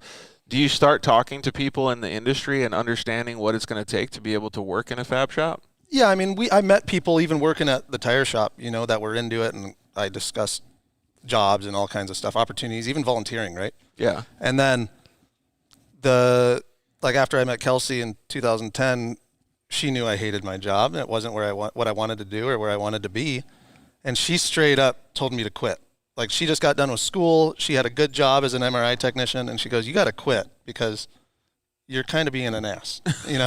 She did not like it. But that's good to have that outside vision looking in, right? Yeah. So I ended up quitting, and the next day I went to Vegas for the Mint 400 and just shook hands and talked to people and shaking hands, kissing babies. Yeah, learn the deal. I mean, I offered my help on this race team in a Class 8 truck, and I helped them in the pits and kind of learned some of it, Just right there. Yeah, I was walking up and down, and I had a friend actually I met in Marietta who worked for a Class 8 team, and he invited me to go to the pits and just networking, right? That's super cool, though. And so when you were in the pits, were you like, wow, this is totally what I expected or not expected?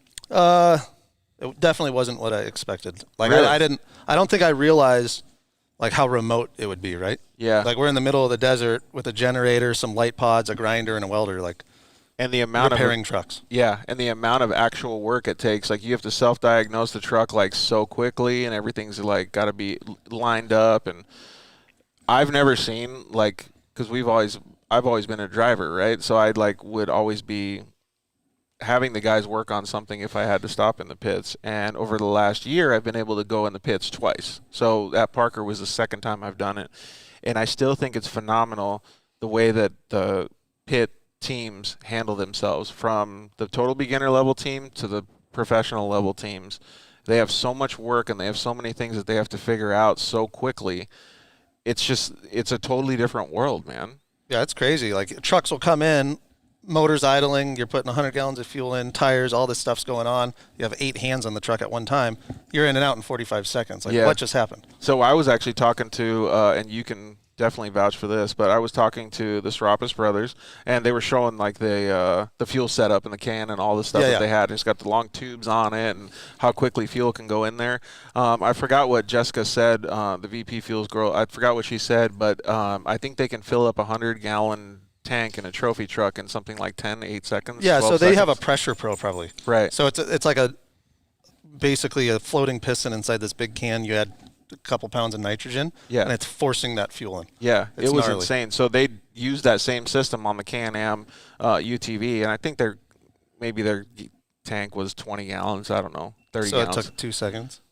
They That would be they did the crazy. calculations to expect it to take, I think, 3 to 5 seconds, and after 2 seconds, it was already burping out of the jug. That's gnarly.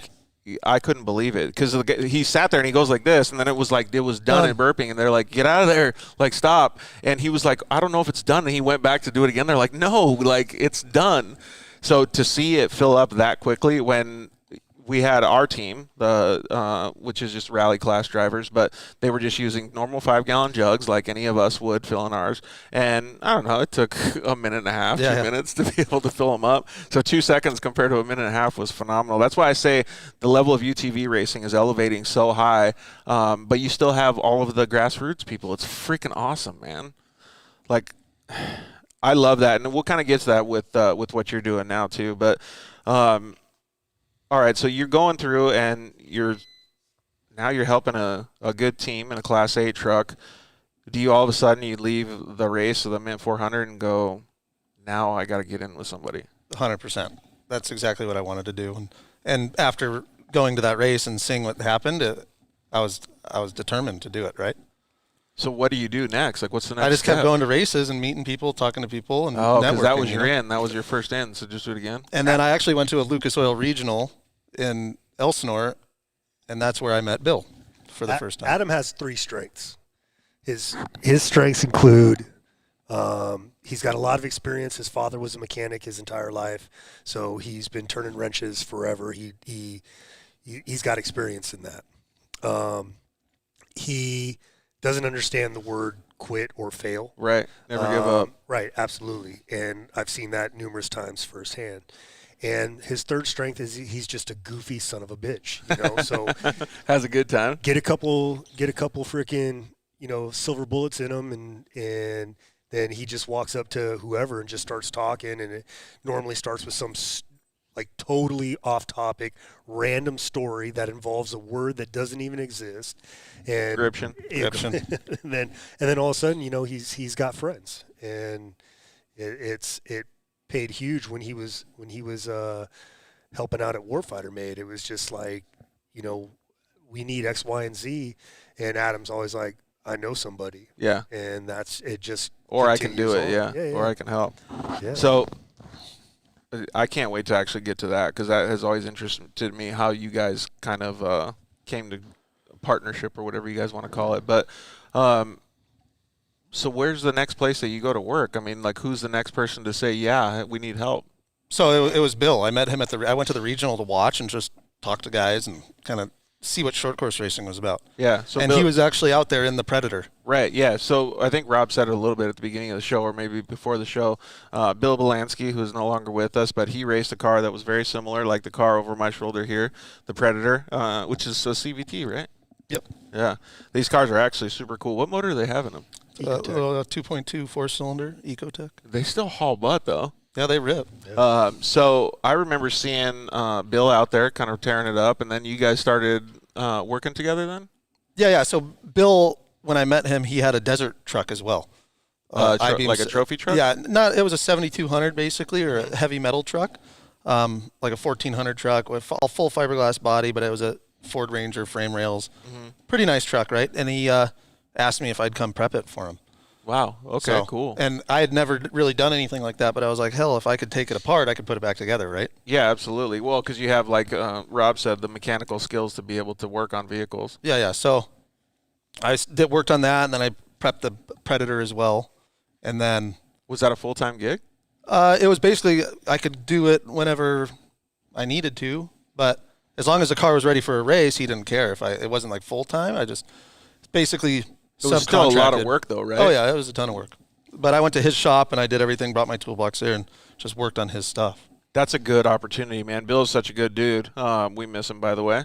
But that was probably the opportunity that you needed to be able to really get in and start digging into the off-road industry. Yeah, I mean, it taught me a lot, and then I co-drove with him for races, you know, and then he'd hurt his back in a race and let me drive the truck.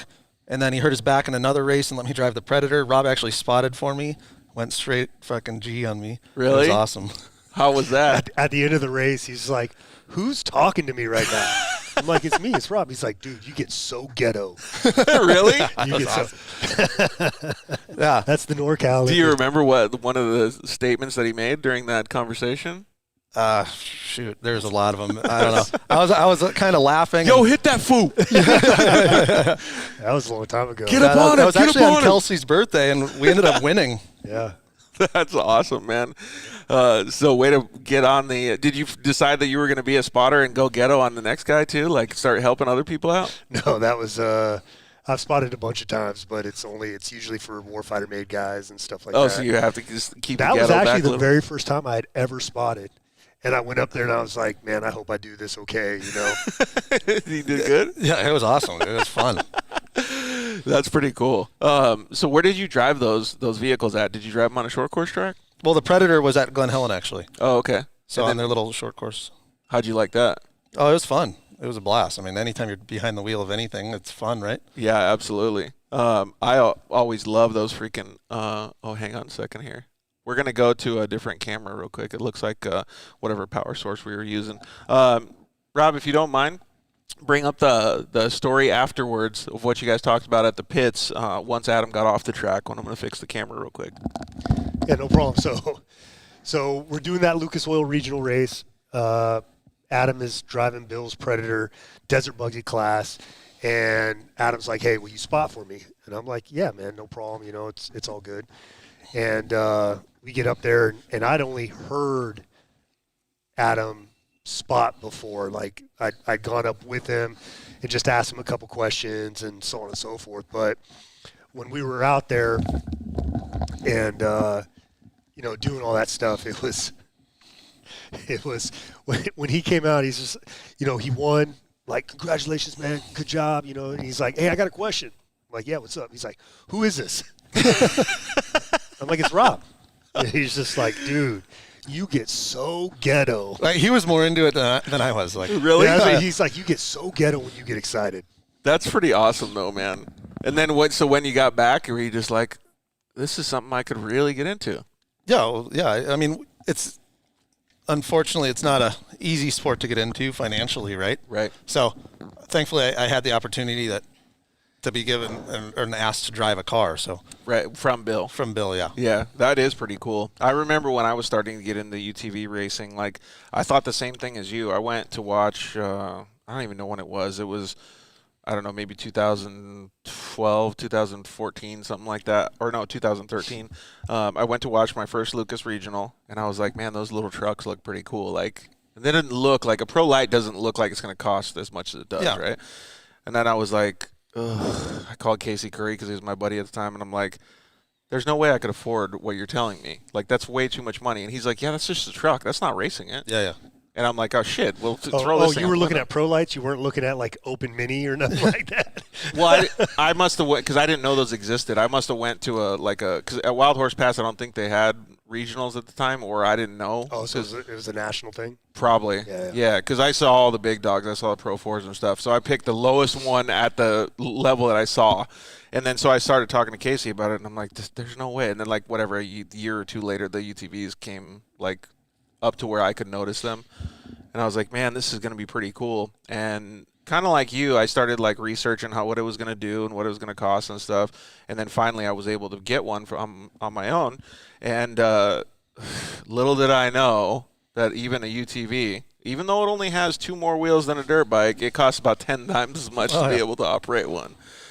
So it would have been nice if I had gotten an opportunity to drive one, but I never did. So that's super cool that Bill was able to afford you that opportunity. What was the test drive in the truck then? So his truck. Did he let you race it? Yeah, a few times. So one time he hurt his back on the first lap, and I had to finish the last 3 laps. So we did that one, and then numerous times. I mean, I think people and drivers, especially not on a like athlete or professional level, they don't realize the mental demandness of this sport. So they think they can do 400 miles, which they probably can, but 150, 200 miles into it, you're worn out, you know? Yeah. So then he was like, oh, hey, let's just split Even some just the driving. brain focus. Yeah. Like, let alone the physical focus. Yeah, like mentally, and this truck was lot. draining. Like, I think in 1 year we went through 6 motors. whoa. It was crazy. Because they were Fords. Here we go. Apparently we don't have a Ford guy over here. So going through those 6 motors, was one of the ones that, did you blow up one or did he blow up one? No, there was always him. Okay, thank God. I think. So what was the time that you got to actually get out there? What year? That was 2015-ish. Oh, okay. So it was pretty recently. Yeah, then. yeah.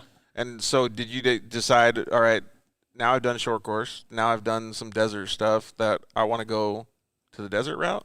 Well, no, I mean, I just liked off-road racing as a whole. It didn't matter if it was, I mean, just a sand rail that went to Glamis. I enjoyed working on these vehicles, right?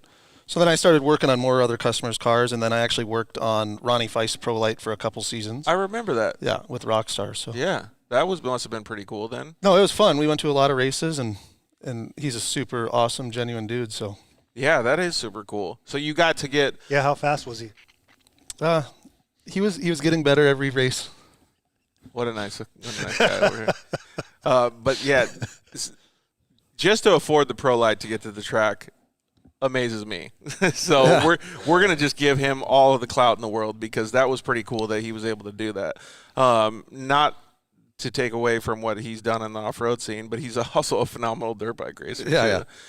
So learning from somebody like him probably helps you because it's like, okay, this is the way that we need to operate a program if I'm going to get into it. Does that mean that you're steering towards Lucas now, or you're kind of looking towards the desert?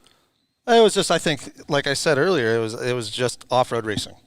Yeah, and but as a whole, I mean, didn't have a favorite? short course was cool, but I still favor desert racing. Yeah, that's what I mean. Yeah, So he was all about desert because I was all about short course. Yeah.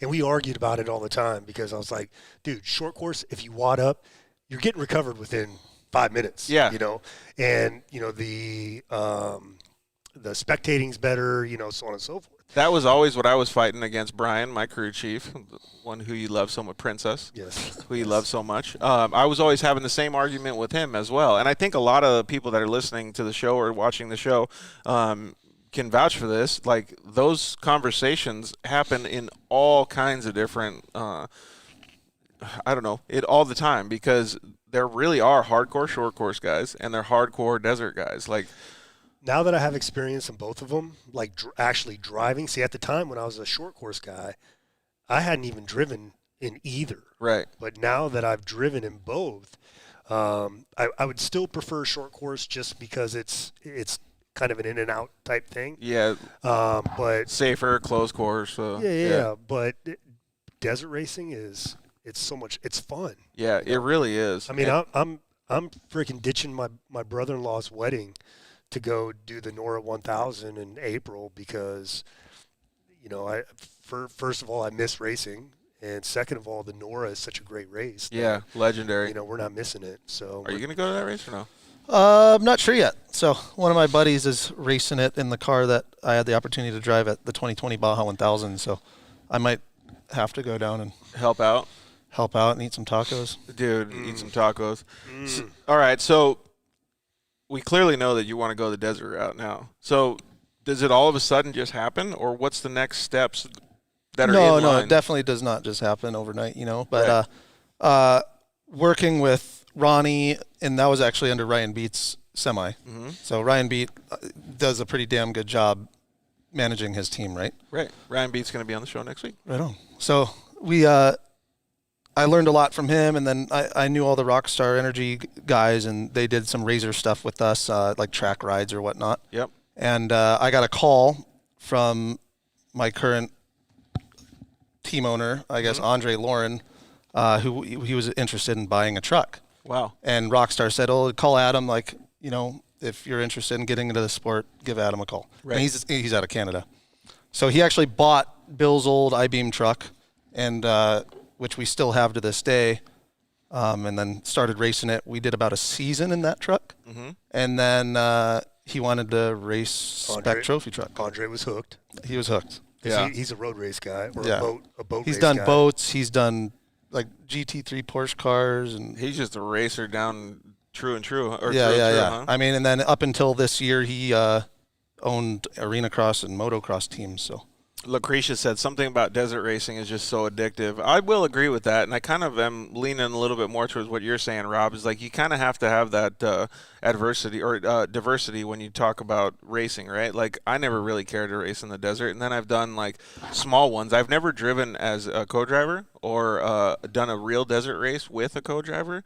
Probably the longest one I've ever done is the UTV World Championship, and I just did that in a RS1 this past year. But I loved it. I thought it was super cool. So I can only imagine what it feels like to race in, let's just say, your UTV or a big truck with a co-driver and operate a professional race team like that. yeah, no, it's cool. And Laughlin is probably one of our most favorite races of the year. It's, 17-mile loop, and you get big bumps, you get high speed like pole line roads. Yeah, that pole line and it's road's super bad. fun. So that's always a good. It's a 2-day format race. That's always a good one. What's the 2-day format? So you basically you qualify on Thursday or whatever, and then you race on Friday, and then whatever you finish on Friday is your starting position for the next day. Right. And then the combined times from both days, you get your overall time, and fastest time wins. That's kind of cool. That probably plays a different strategy than in the race. Yeah, last year was crazy because the day one it rained like 8 hours straight, and it was just a mud fest. I don't know if you've seen some of the pictures on Instagram. There was like a Class 10 car fully submerged in this lake. It was awesome. What, really? Yeah. Oh, I would have hated that if it was my car, though. Oh, it sucked. Like, Andre drove that weekend, and it took me 2 days to get 200 pounds of mud out of our truck. Holy cow, man. Dude, that's insane. Yeah, short course racing doesn't have that, Rob. So maybe I'll like lean a little bit more back. That's only when it rains. Like, I mean, once in the last 25 races. Right? Hey, I don't know, that one Baja 1000, what was it, a year or two ago? That was 2 years ago, Oh, my God, that was gnarly. They had to divert the course, didn't they? That was the one Ampudia one. Yeah, that was crazy. But it's probably because he knows all the good routes. I know, right?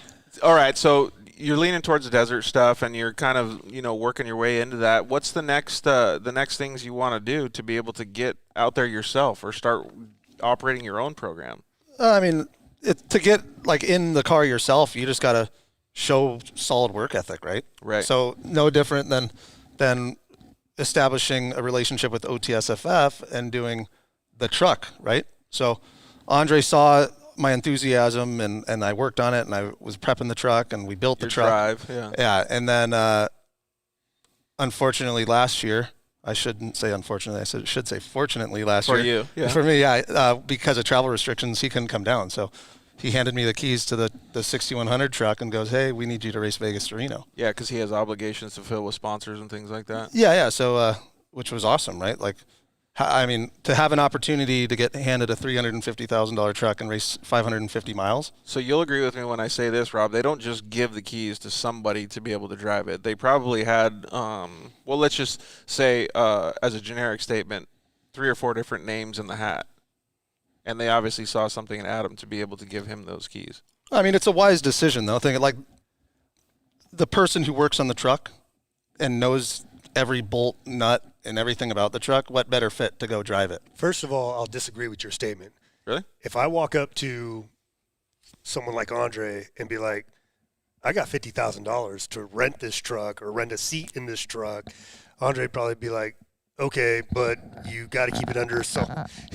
You can't go really, really fast. You can't do this. You can't do that. And if you wad it up, then you're going to owe me $250,000. Got it. So you can. There are.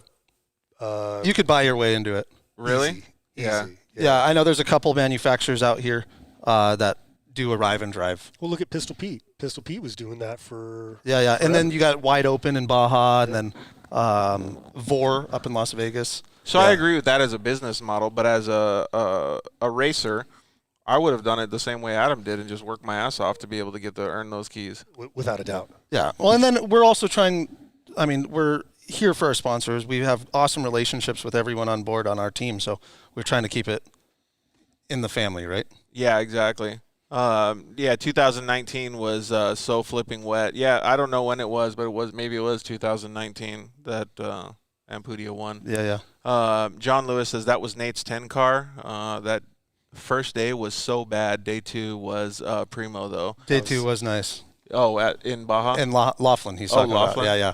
So 0 dust. It was awesome. Yeah, that's like unheard of at his desert race. Dude, Parker was so freaking nasty this weekend. Oh, my God, there was so much dust. Like, they got to figure out another place to hold races that doesn't have that much dust. I don't know how they pick the most dustiest places to hold these desert races. Is it just because BLM? Yeah. You gotta have the space to do these races. But if it was easy, you could just go race NASCAR, right? Wow. All right, so you get the opportunity to be able to go out and do this. Does that mean that Andre's like, all right, well, if you're going to drive the truck, you got to maintain it, you got to do all these things? Like, you're a one-man team at this point? Like, or how does it work? Well, no, so he still owns the team, right? Like, he owns the team, and we have Brad, our marketing director, and then our sponsors and everyone involved. So I am the crew chief and mechanic and then driver as well. Andre's driver a record. So, for example, like this year at the Mint, he'll drive the first 2 laps, and I'll drive the last lap or whatever. Oh, okay, cool. Yeah, so you guys can share duties now. Yeah. That's pretty cool, man. But like I said before, like to get the opportunity for him to toss you the keys, you got to feel pretty good about it. No, yeah, it was a blast. And I actually had one of Warfighter Made's guys, Danny Navoa, in the passenger seat with us at Vegas Reno. Yeah, it was fun. Yeah, Danny was on the Warfighter show I forgot which episode it was, maybe in the 30s or something, but we got to meet him and hang out and talk with him as well. So if you guys haven't got a chance to see Danny's backstory, it's pretty cool. So for you to have him in the seat was pretty special, I'm sure. Yeah, it was a blast. All right, so I'm still amazed that he threw you the keys. Like, any of us, myself included, anybody that's listening or watching the show would love that opportunity. But I got to preface it by saying, again, you don't just get thrown the keys. You have to earn that opportunity. 100%. Put in the work. And you put in work for years to be able to earn that opportunity. So congratulations. Thank you. That's pretty dang cool. Yeah, and it must have helped when you were driving the truck too, because now you can be a even better crew chief because you can understand what happens during the race in the driver's seat, and you can also understand what happens to the truck after when you're working on it and re-prepping it for the next race. Yeah, I think like the Mint 400 2020 was a huge learning curve in that truck. So I've tested it, right? After I prep it, I'll go shake it down, functions test, make sure everything's good. And then I drove the last lap at the Mint last year, and it was so rough. Like, I shouldn't be complaining because Rob did it in a Humvee, but I did one lap in a truck with 36 inches of wheel travel, and the next day I could barely move. It felt like I got beat up. What about the guys that were doing Class 11? Yeah, that's I can't even fathom what they were doing. Yeah, but class 11 is so rad because your speed is proportionate to your travel. Yeah, exactly. Which is 0. 4 inches on bypasses.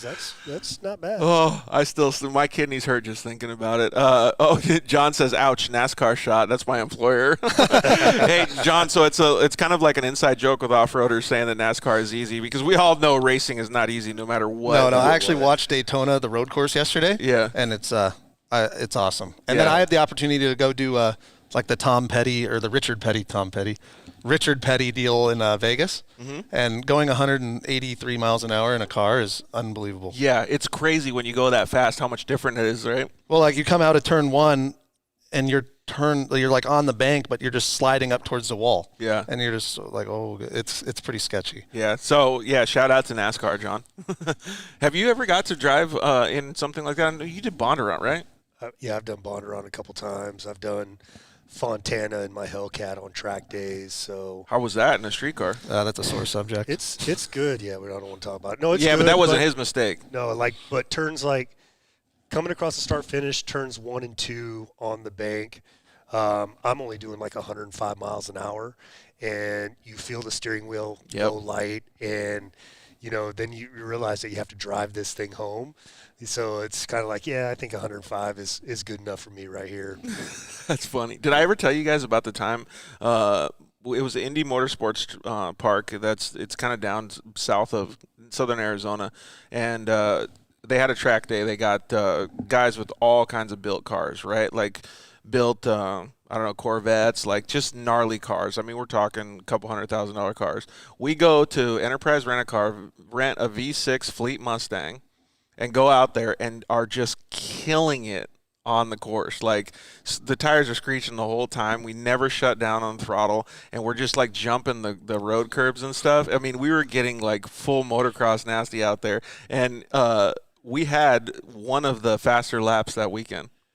That is rad. So another organization that we work with, Vet Motorsports, Veteran Empowerment Through Motorsports, they basically do the road racing version of what Warfighter Made does in off-road. Oh, like adrenaline therapy road racing. Adrenaline therapy with SCCA parking lot, cone races, autocross, and stuff like that.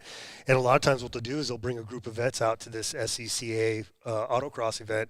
They'll go rent a car or two, bring it over, painter's tape on the doors for numbers and whatnot, and in that instance it's all about you're against yourself. It's you against your time, and whether you're in a Toyota Tercel or a freaking Corvette or whatever the case, it's still fun as can be. Would you ever like to try that, or you just want to stick to dirt? I'll drive anything. True statement of a racer. that's why you don't buy rental cars, right? Yeah, Like, yeah. I don't. Yeah. Even if you're not into racing and you rent a car, you're doing some e-slides. Like, yeah, exactly. No matter what it is. How many times do you go to the motocross track with a rental car and just beat the crap out of it? Don't buy a rental car. You don't buy a rental car. Fun fact. Don't buy a rental car. Fun fact.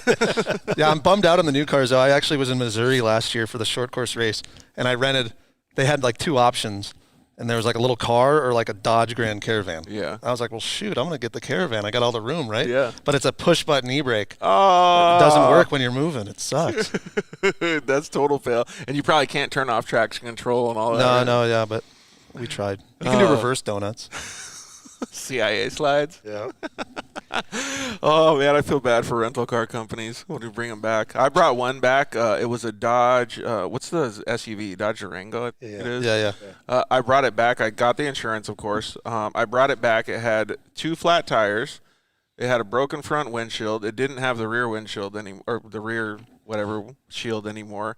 And one of the mirrors was busted off. And the guy goes, "What happened?" And I go, "I don't know. Somebody crashed into me." And I gave him the keys and left.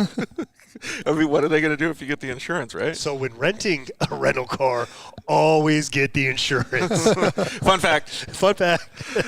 Oh, man. All right, well, enough about rental cars. So really the opportunities are just kind of lining themselves up, and they don't just happen to anybody. Like, and when I mean that, like, hard work is always the equation, right? You always have to put in the work to reap the rewards. My mom used to always tell us great efforts lead to great rewards. And I think that statement holds true, especially in your case, because you're putting in so much effort for a team that you're now one of the leaders of the team. Yeah, I mean, it's just like anything, right? Like, the harder you work, you're going to earn more. Right. So, I mean, there's times I'm in the garage for 16 hours a day just getting the car ready, and it pays off. Like 2019, we finished every single race in the top 10 and ended up 4th place in points, best in the desert. That's awesome. And that was like our first full season, right? So that right there was a huge for us. And then that translates into job security for him, because now his employer is pumped that, you know, they're doing so well. And, you know, now there's talks of, hey, do we want to step up to the next class, which is trophy truck, or, you know, do we want to build another truck in 6100 or whatever the case may be? Yeah. So, wow, so you guys have already had talks about that stuff, huh? Well, you're always going to have talks about that kind of stuff, right? Yeah, like what would happen if we were to add 300 more horsepower to this truck? Yeah. The capabilities of it would be absolutely insane, right? Yeah, I guess that's the mentality of a race team, right? What's going to be the next level or the next generation of the race car that you're going to build? Does that mean that you get all excited and stay up late at night thinking about these new trucks and new, I don't know, this motors dude and all can't this turn stuff? his brain off. I know that. Dude, yeah, no, that's like, the reason why I asked sucks. that. Like, I'll wake up at 4 a.m. to go to the bathroom or whatever. Yeah. And I lay down, I'm thinking about stuff, and I'm like, oh, screw it, I'm just going to go work. Yeah, exactly. But along with, you know, that work ethic that you were talking about, you know, another really important thing that I think is always having a personality that people want to be around. We all know some really super hard workers that have a shit personality. Yeah. And, you know, I don't think those people can go as far as those that are more happy-go-lucky, inviting, care about other people. Yep. You know what I'm saying? Get a text message to go get tacos. Without a doubt. Yeah, so I agree with that wholeheartedly, because you have to have some sort of level of personality to be able to do anything, and that level of personality actually goes a long way with sponsors too, because then you acquire more sponsors because you look, you know, better. You have a more impressive social media and all of these different things, right? I don't want to get too far down the sponsorship road, but those things are very attractive when you're operating a high-level race program, whether you're in a UTV or a trophy truck. Those things are very important. So did some of those come into play, like when you, I don't know, when you finished or when you did these races in the last year?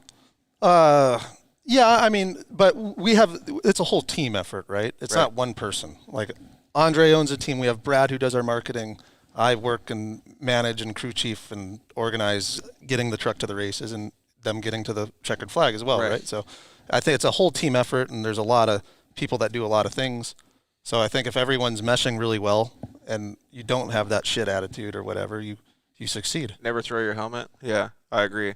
Well, I still think it's super cool that Andre gave you the keys, first of all, but I think you got to be like one of those guys, right? Like there's been use it in motocross language or motocross terms. There's been guys like kind of like what Rob is saying. It's on that same path is guys will get the opportunity to ride for a factory team and they just choke, right? They don't do it well. They are not top 10 and or they don't hole shot or they act in a stupid manner or something like that. You clearly didn't do that. You kept producing good results.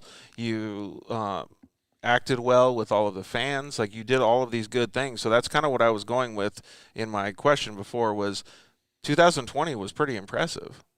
Yeah, we had a good 2020, and then we raced the whole Best in the Desert series last year as well as the Mint 400 as a fill-in.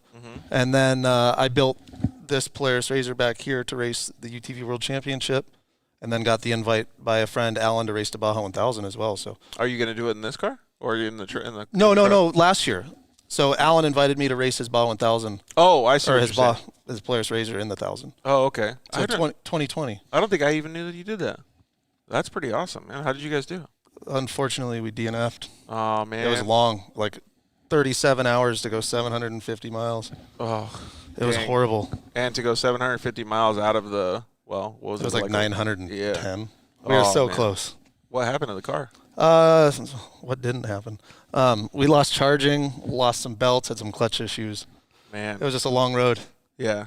Desert racing is so And gnarly. we didn't want to give up, but with like 2 hours left in the time frame to go 150 miles, it just wasn't possible. Yeah, it just wasn't going to happen. Actually, I have some questions about that. Maybe we could talk about them after the show. I want to know like what happens to rescue the vehicles and stuff like that. I don't know if those are exciting or not exciting stories. That's probably the most exciting stories. Really? Well, yeah, because they don't have like a retrieval crew like Best in the Desert. It's on you.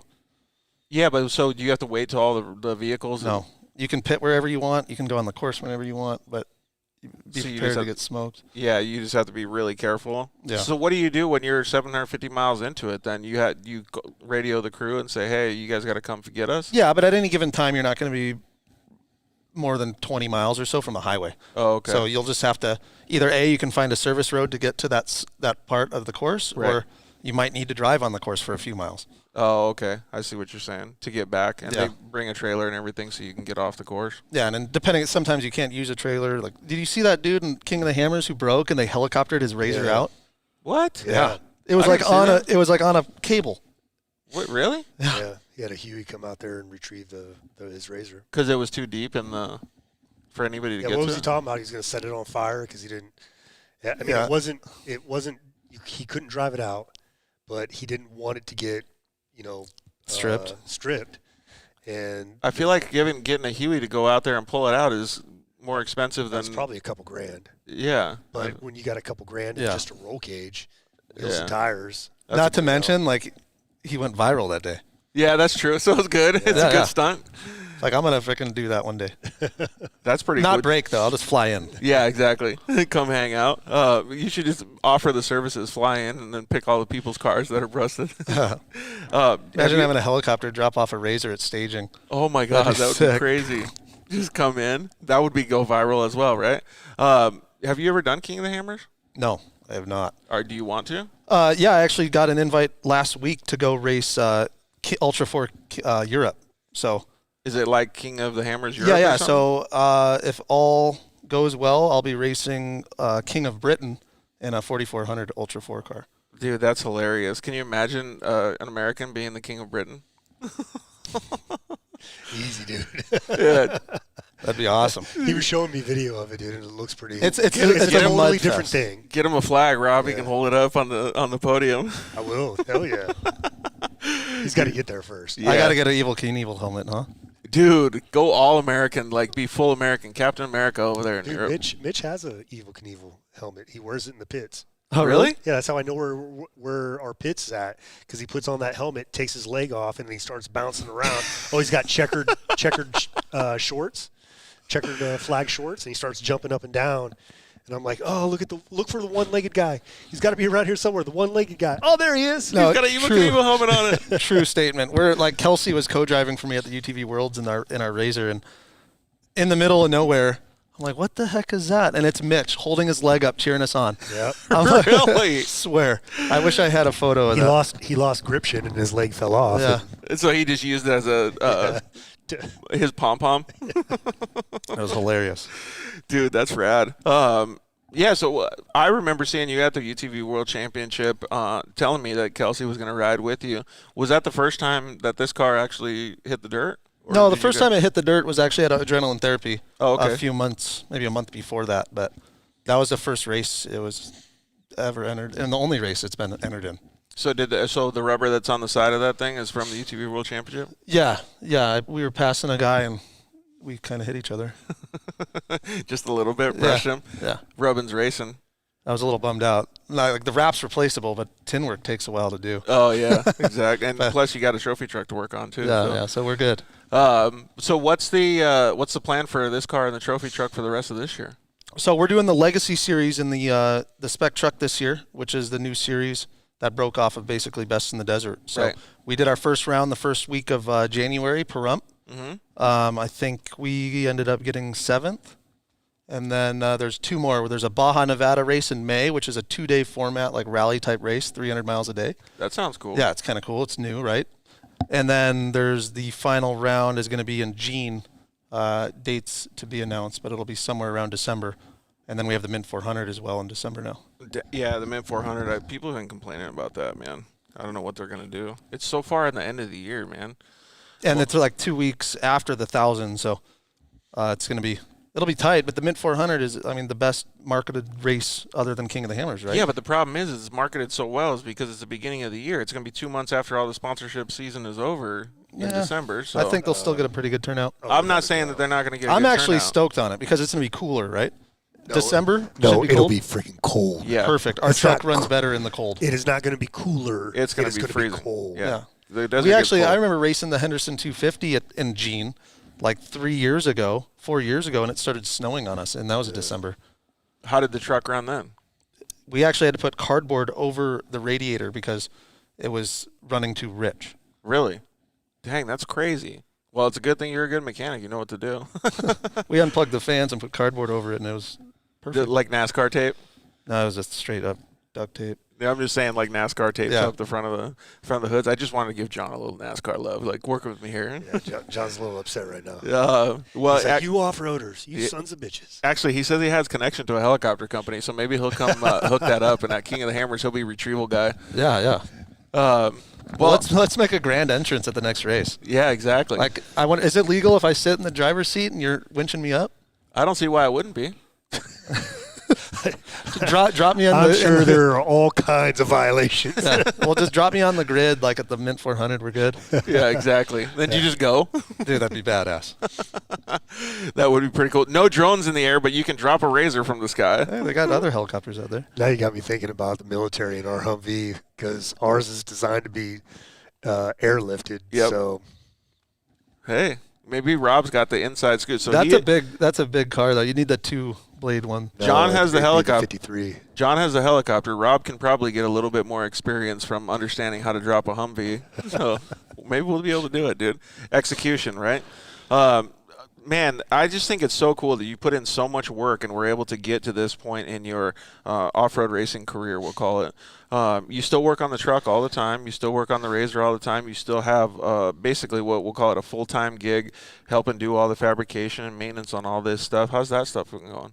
I mean, it's definitely a full-time job. I mean, after every single race, we tear the truck, everything but the motor, unless we absolutely have to replace the motor. But everything comes off the truck, and we basically do everything in-house minus the transmission and the torque converter. So we're rebuilding shocks, we're fixing and repairing cracks if needed or bent tubes, and then putting everything back together again every single race. So, I mean, and it's just me and Kelsey, right? So, right. I mean, if we're really motivated and we're in a rush, we could do it really quick, but we take our time and do it right. And I mean, it shows we're 18 races in a row of finishes, right? Yeah. Let me tell you a story real quick. Yeah, hit me. This is like the Mint 400 6 or 7 years ago. Adam's riding right seat with Bill in the old Ford. And they have a little bit of an issue. You know, you remember Bill. Bill was, you know, if you ain't first, you're last. Yeah. And they're having a little bit of issue. Adam radios in, and he's like, hey, we're pulling into the pit. we're going to need X, Y, and Z, right? Guy on the radio repeats everything, and as soon as they check off the radio, he gets up and he starts having a conversation with the other guys in the pit about if that's really what Adam needs.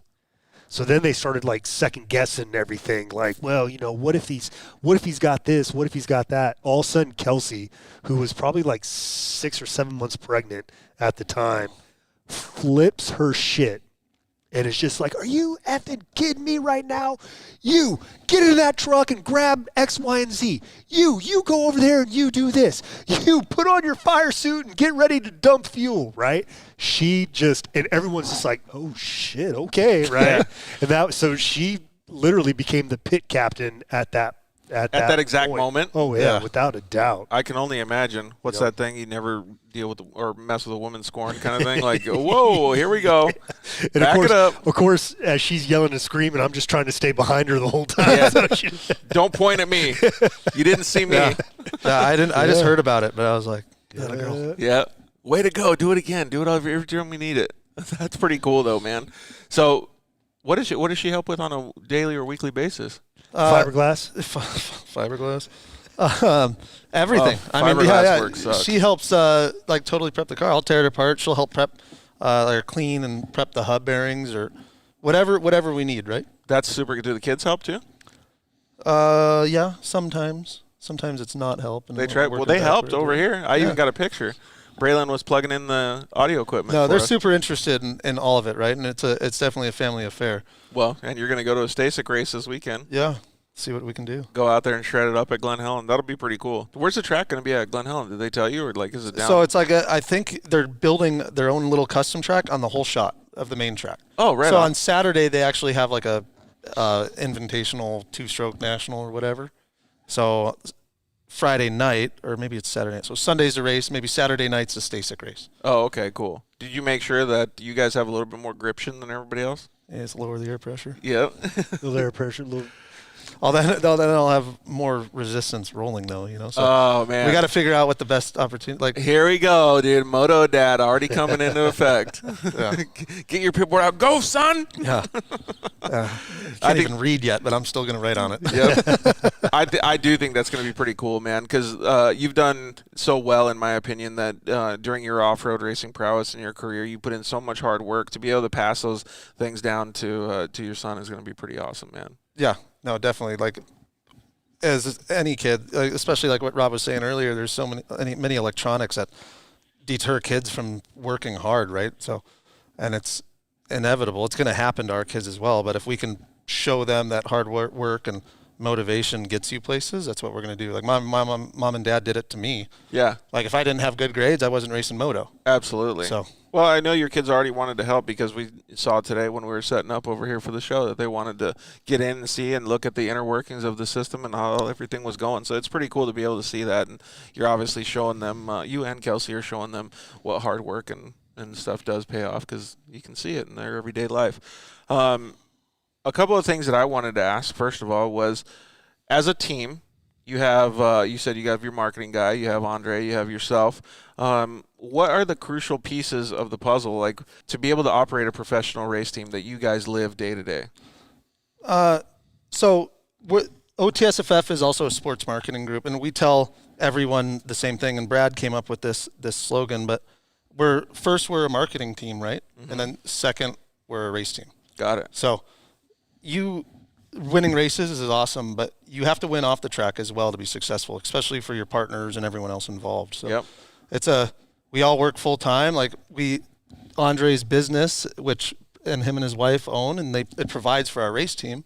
So they're doing that when behind the scenes, Brad and I are getting everything else lined up and going. Going out searching for sponsors just like every race team does, making sure that the vehicle's prepped just like every race team is, making sure that it has as much gription as possible like every other race team has. It's really, honestly, man, it's impressive to see. I know you put in a ton of work, but there's a lot of teams that do put in a ton of work and they don't have the rewards that you have. So it's cool to be able to see that your amount of work is actually giving you rewards and allowing you to be behind the wheel, and the opportunities come for that hard work. Yeah.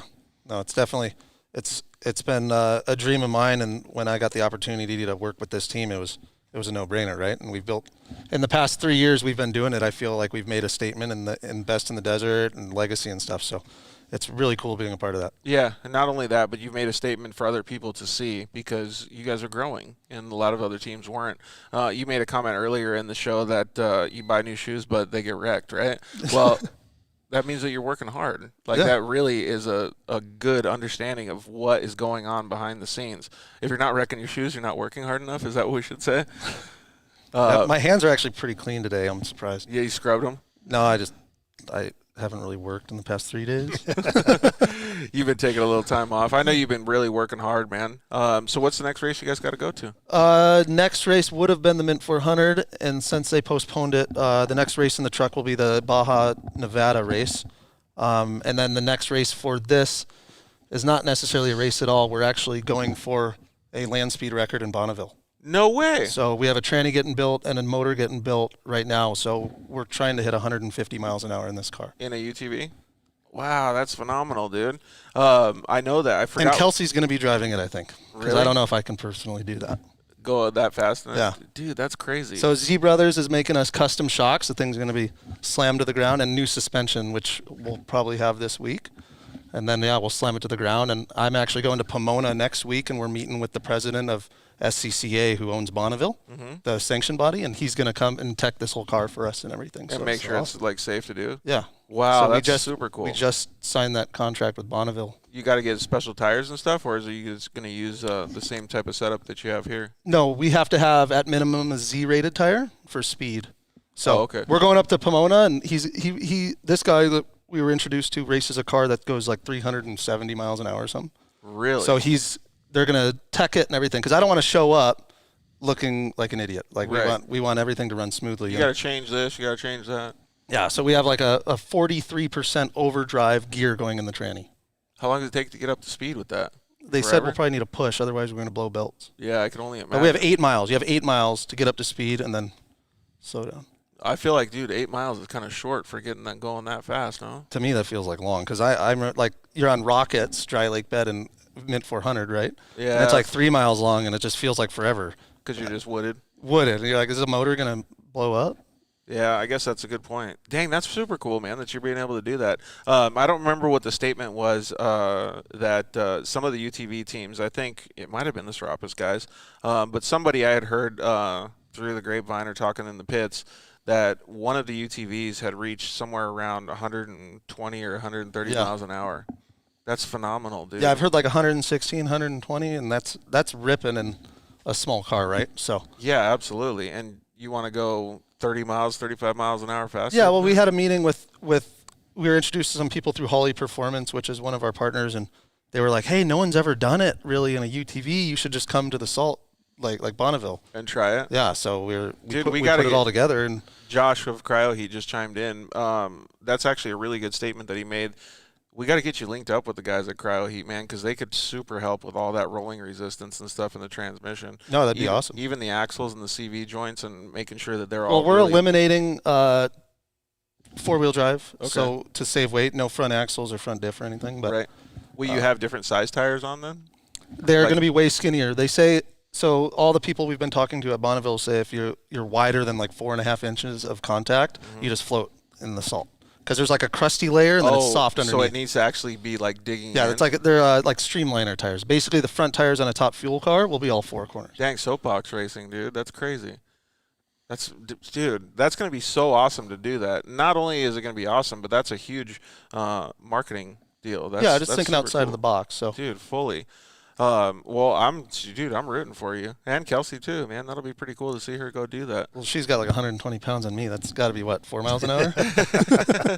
Exactly. You could lower the seat down a little bit, get her a little closer. Well, no, we got to put one of those containment seats. So so PRP has their new different. Alpha or Bravo that's FIA approved, and as long as it's FIA, we're good to go. So. Dude, that's going to be so awesome, man. I think that's cool to be able to, like you said, think outside the box and go for something like that.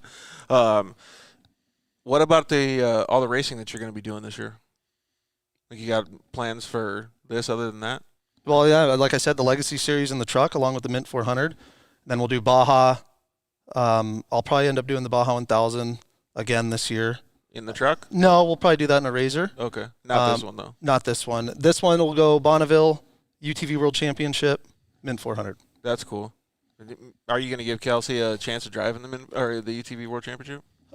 Maybe. She actually drove it the other day for this film, so they hooked up cameras on the back of the Razor, and I was following the Razor cool. in the trophy truck, and I would need to move the seat forward about 6 inches. Did she like it, though? She said she was scared. Like, she's hearing like a growling V8 right behind she her. can hear the spec truck behind her the whole time. She's like, dude, I look in the mirror and all I see is a skid plate. Like, yeah, because you were trying to get the shot. Yeah. Yeah. Oh, you don't want to run over your wife, dude.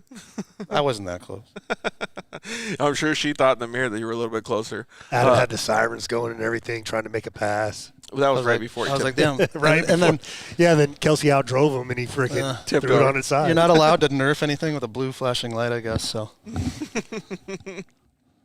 So I actually heard a whole bunch of people this weekend were so pissed off because nobody would get out of the way.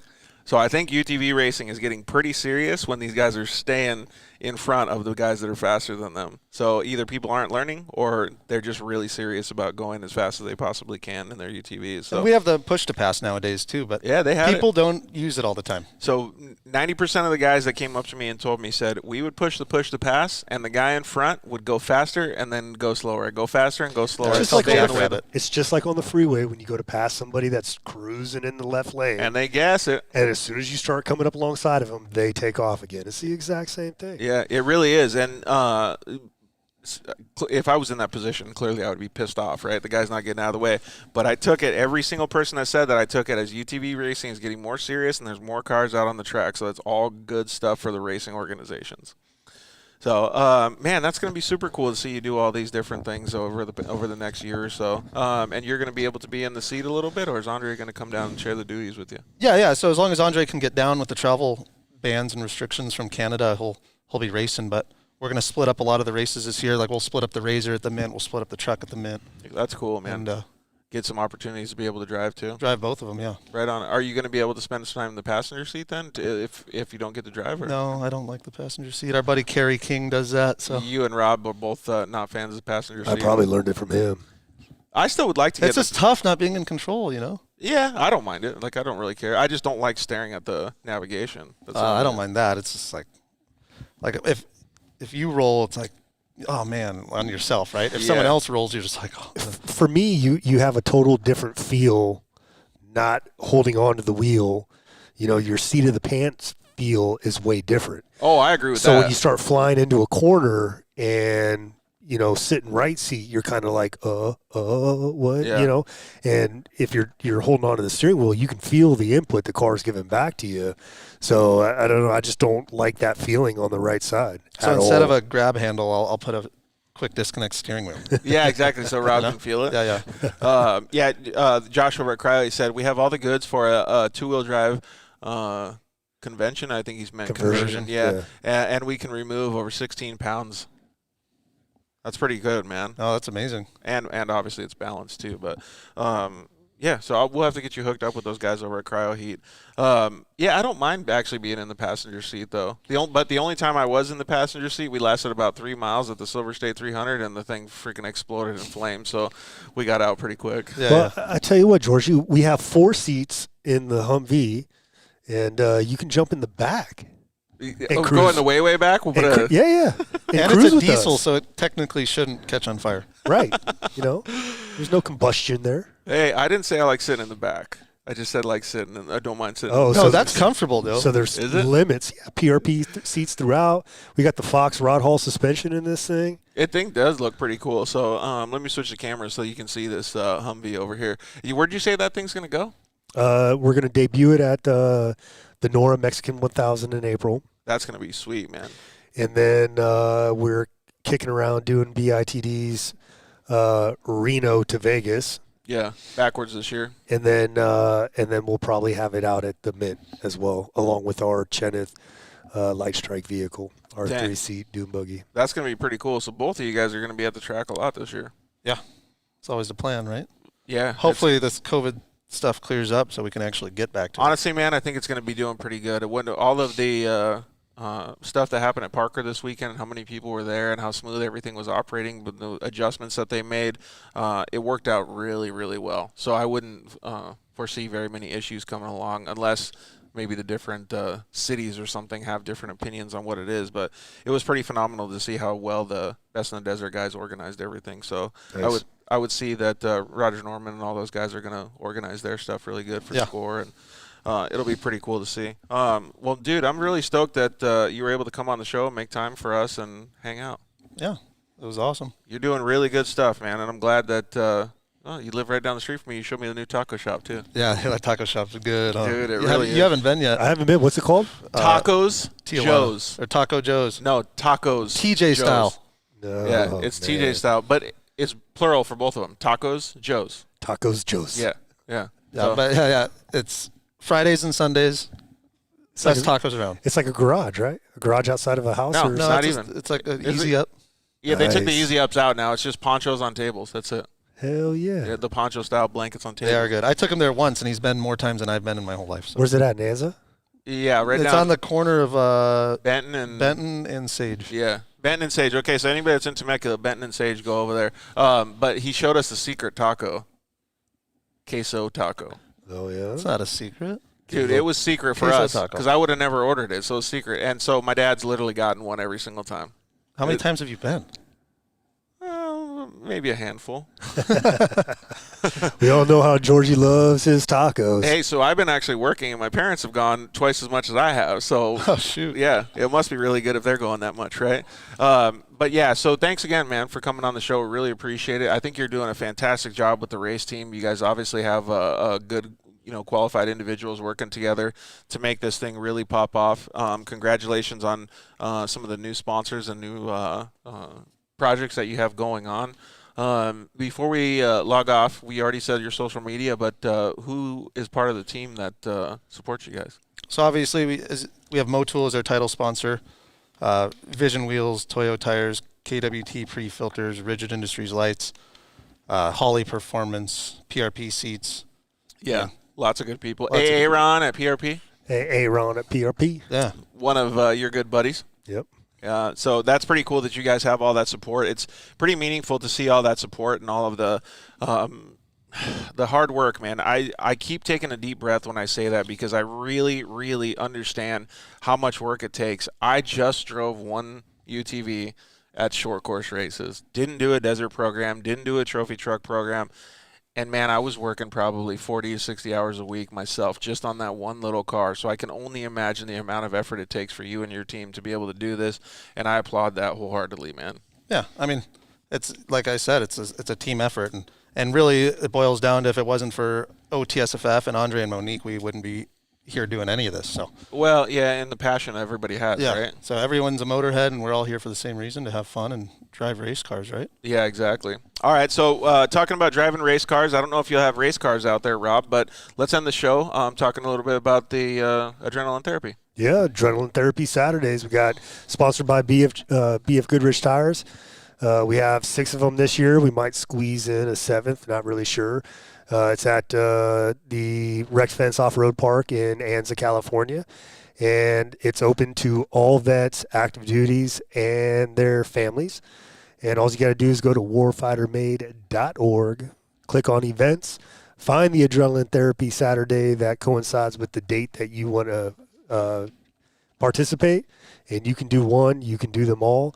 And it's a good time. Bring your own off-road vehicle if you have one. If you don't, we got a whole bunch of Polaris RZRs that we bring out.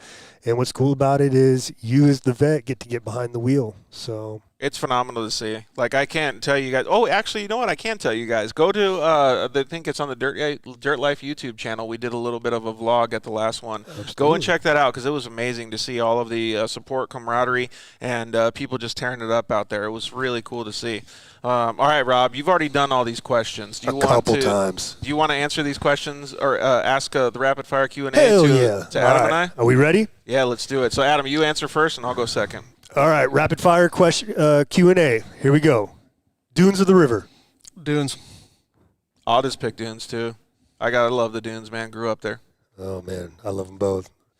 I've quickly become a river rat. Yeah, If I had a I boat, really it might be have. a different story, right? I really have. I don't know. You'd probably soup up the boat and smoke everybody, dude. No, I want to just cruise. 3-wheelers or quads?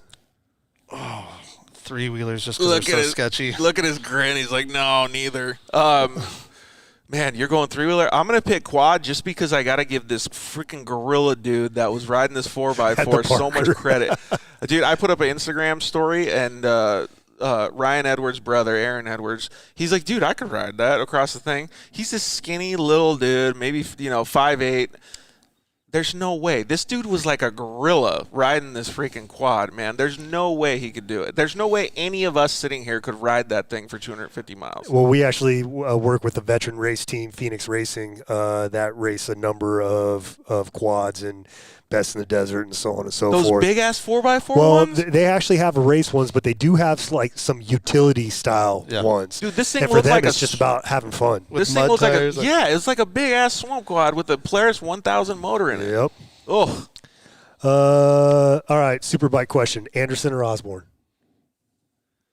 Anderson. you're going Anderson? I'm kind of feeling the Anderson train too. So, all right, let's get Jason. We'll send him positive vibes to go out there and kill it this coming race. Little Smokies or pizza rolls? Pizza rolls. I know you love Little Smokies. You love little wieners in your mouth. Yeah, I'm going Little Smokies. I'll take that. Wieners in the mouth for Georgie. Yep. Coffee or tea? Coffee, I'm going tea all day. Fun fact, never had a sip of coffee my whole life. Not even tasted it. Never even ate a steak. That's Yep. weird. Yep. Favorite soda? Oh, Mountain Dew. Red Alert. That's you, dude. Dude, I've heard I'm like a Coca-Cola guy.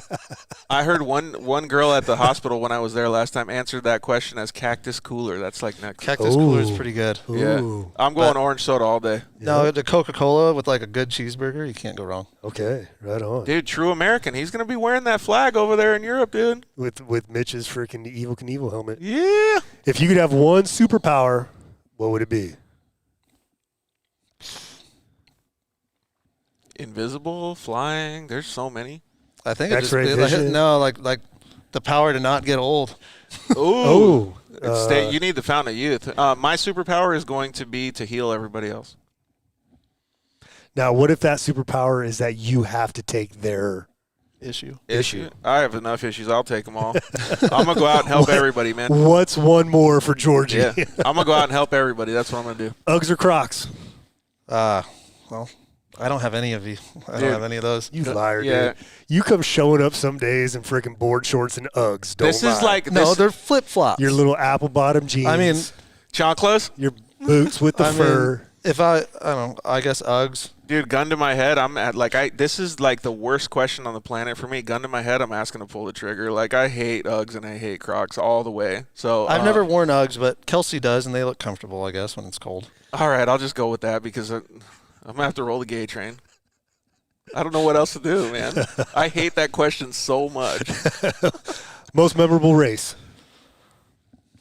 They're all memorable. Any on moto? My most memorable race was on an 80 at Glen Helen. Fell down the first turn, caught back up, and almost won the race at the end. I'm going to say the UTV Worlds this year, just because Kelsey was in the passenger seat, and then starting 28th and finishing top 5 was pretty awesome. you know? Yeah, that must have been pretty cool. I think that was cool. My most memorable off-road race was also the UTV World Championship last year. And thank you very much, Rob, for honoring me with the Perseverance Award. That was really cool, man. That's not an honor. That's that you earned that, brother. Well, So. I appreciated that, man. It still almost gets me teared up thinking about that race. It was awesome. Favorite flavor of ice cream? Birthday cake. That shit's good. Hey, honestly, I'm going to go with Kelsey was like in my brain. Like, if I could have sugar, cookies and cream all day. Oh. Dogs or cats? Hey, Dogs. wait, hold on. I was about to speak. Like, what's your favorite flavor of ice cream? Rob. Strawberry rendezvous, baby. I just had to get it I on the got, show. I got one sitting over there on the table that I can't wait to get to. I just had to have you say it. That's all we need. I got to cut the clip somehow. Yeah, Cold Stone. Cold Stone. Strawberry rendezvous. Yep. Little chunks of strawberry and banana. We're going to have to get you a Warfighter Cold Stone sponsorship. White chocolate chips. Oh, man. Strawberry ice cream? Come on, man. Look at him sell it. It's the business. Oh, dogs or cats? Dogs. Bobby's going to come into Dogs. your house and Slit my throat. pee on your pillow tonight. Dogs all day. Netflix or YouTube? Netflix. YouTube all day again. You're really going the exact opposite. Are you going the opposite just because? Or? No. Okay. No, we're just going off what we think. Burrito or taco? Taco. I've seen you stuff some burritos in your face, though. Yeah, but I like the taco. Yeah, and I don't even think I need to answer that one. No, you don't. Supercross or motocross? Supercross. Even though you race motocross? Yeah, but Supercross is, I mean, the energy in the stadium, like A1, for example, is probably the coolest race of the year. Oh, are you talking about being spectator, or are you talking about actually racing? It'd be motocross if it was racing. Okay. But I think from the outside in, if I had to choose one or the other, I'm going with that Supercross. exact same answer. Yeah, like motocross, like for the racing thing, but Supercross for spectator. So when you asked this question, Supercross or motocross, when you envisioned it, what was it as you're Racing. actually getting to race it? Yeah, you're racing. Oh, I envisioned it as my. What would you watch? Like Yeah. Netflix or YouTube? Yeah, I could see where you could get that trick confused. question. Yeah, Yeah. it's all right though. But some people still like watching watching motocross too. So What other form of racing would you like to try? Formula One. Nice, didn't you? Oh, boy, you're right up George's alley right there. yeah, Like, that is so impressive. It really is. Like I always say it on the show, like I don't even care about racing the formula. I just like to sit and watch the engineering portions of it and all of the back production of it. But if I'm going to pick what form of racing I would like to try, it'd probably be monster trucks. Right? Oh, yeah, monster trucks. Yeah. Dakota would be pumped. Megalodon. Yeah, absolutely. Or the dog with the ears. That one's so funny. No, but the only reason I have to pick monster trucks is because I always give so many people shit about it. So I just pick it just to go do it. I still want to get Todd LeDuc on the show, man. Yeah. He's insane. What the heck does it feel like on your back when you launch a monster truck 200 feet? Like, And you're 60 feet in the air. and you land flat. It's like literally going to full flat. Like, I don't understand how that, like. And then you bounce again for another 100 feet. Yeah. Ugh, I wonder if he's got a little preemptive, like, right before he hits. something, dude. Or if he's just like, forget it. I don't know. He must have the strongest core and back muscles anybody's ever had in their life. That's probably what his whole workout routine's all about. Yep. Chips and guacamole or fries and ketchup? Fries. No way. Dude, you're like the only person that's ever answered that question. Yeah, I like French fries. There's one person, so then you can be best buds with that guy. I'm going guac all day. French fries. Who's the other guy? I think it might have been Steve Westfall. Oh. I think it might have been him. Well, Steve and I are going to go to In-N-Out and get fries, I guess. Rob, you're going to take guac. Me and you can go hang Without out. a doubt.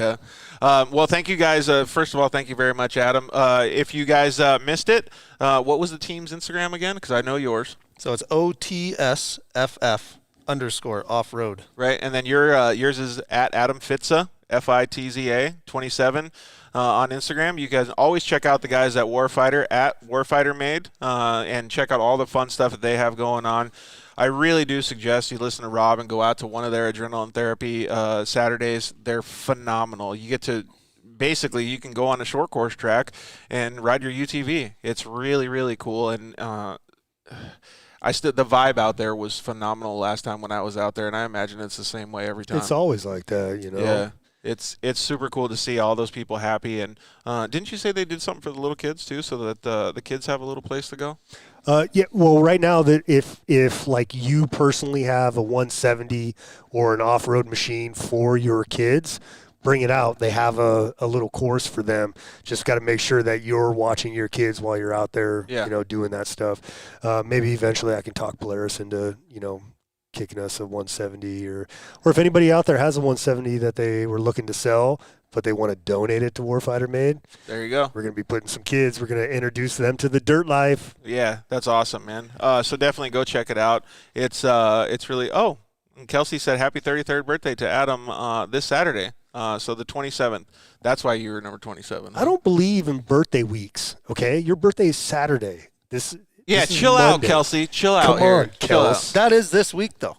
He said, so he believes in birthday weeks over here, this guy. Oh, yeah. Well, happy early birthday, dude. Thank you. Thank you very much for coming on the show. We really wish both of you guys luck when you go do the Salt Flats. That's going to be pretty cool. So I can't wait to see what comes out of that. Are you guys going to do media and things like that when you're out there? Yeah. We're actually probably going to go to there's a El Mirage. Yeah, for some testing and video as well. So. Oh, right on. So the same people that came from Europe to video us last week are probably going to do another little docu-series on that. I need to link you up with Tony Bartle, who's a fan of the show. he's a veteran, and he also does some lands or some salt flat stuff. Oh, land wait, speed. shoot. I almost forgot. We got to do the Honda Off-Road giveaway so we can give away some of the swag. Thank goodness I just remembered, man, because we're towards the end of the show.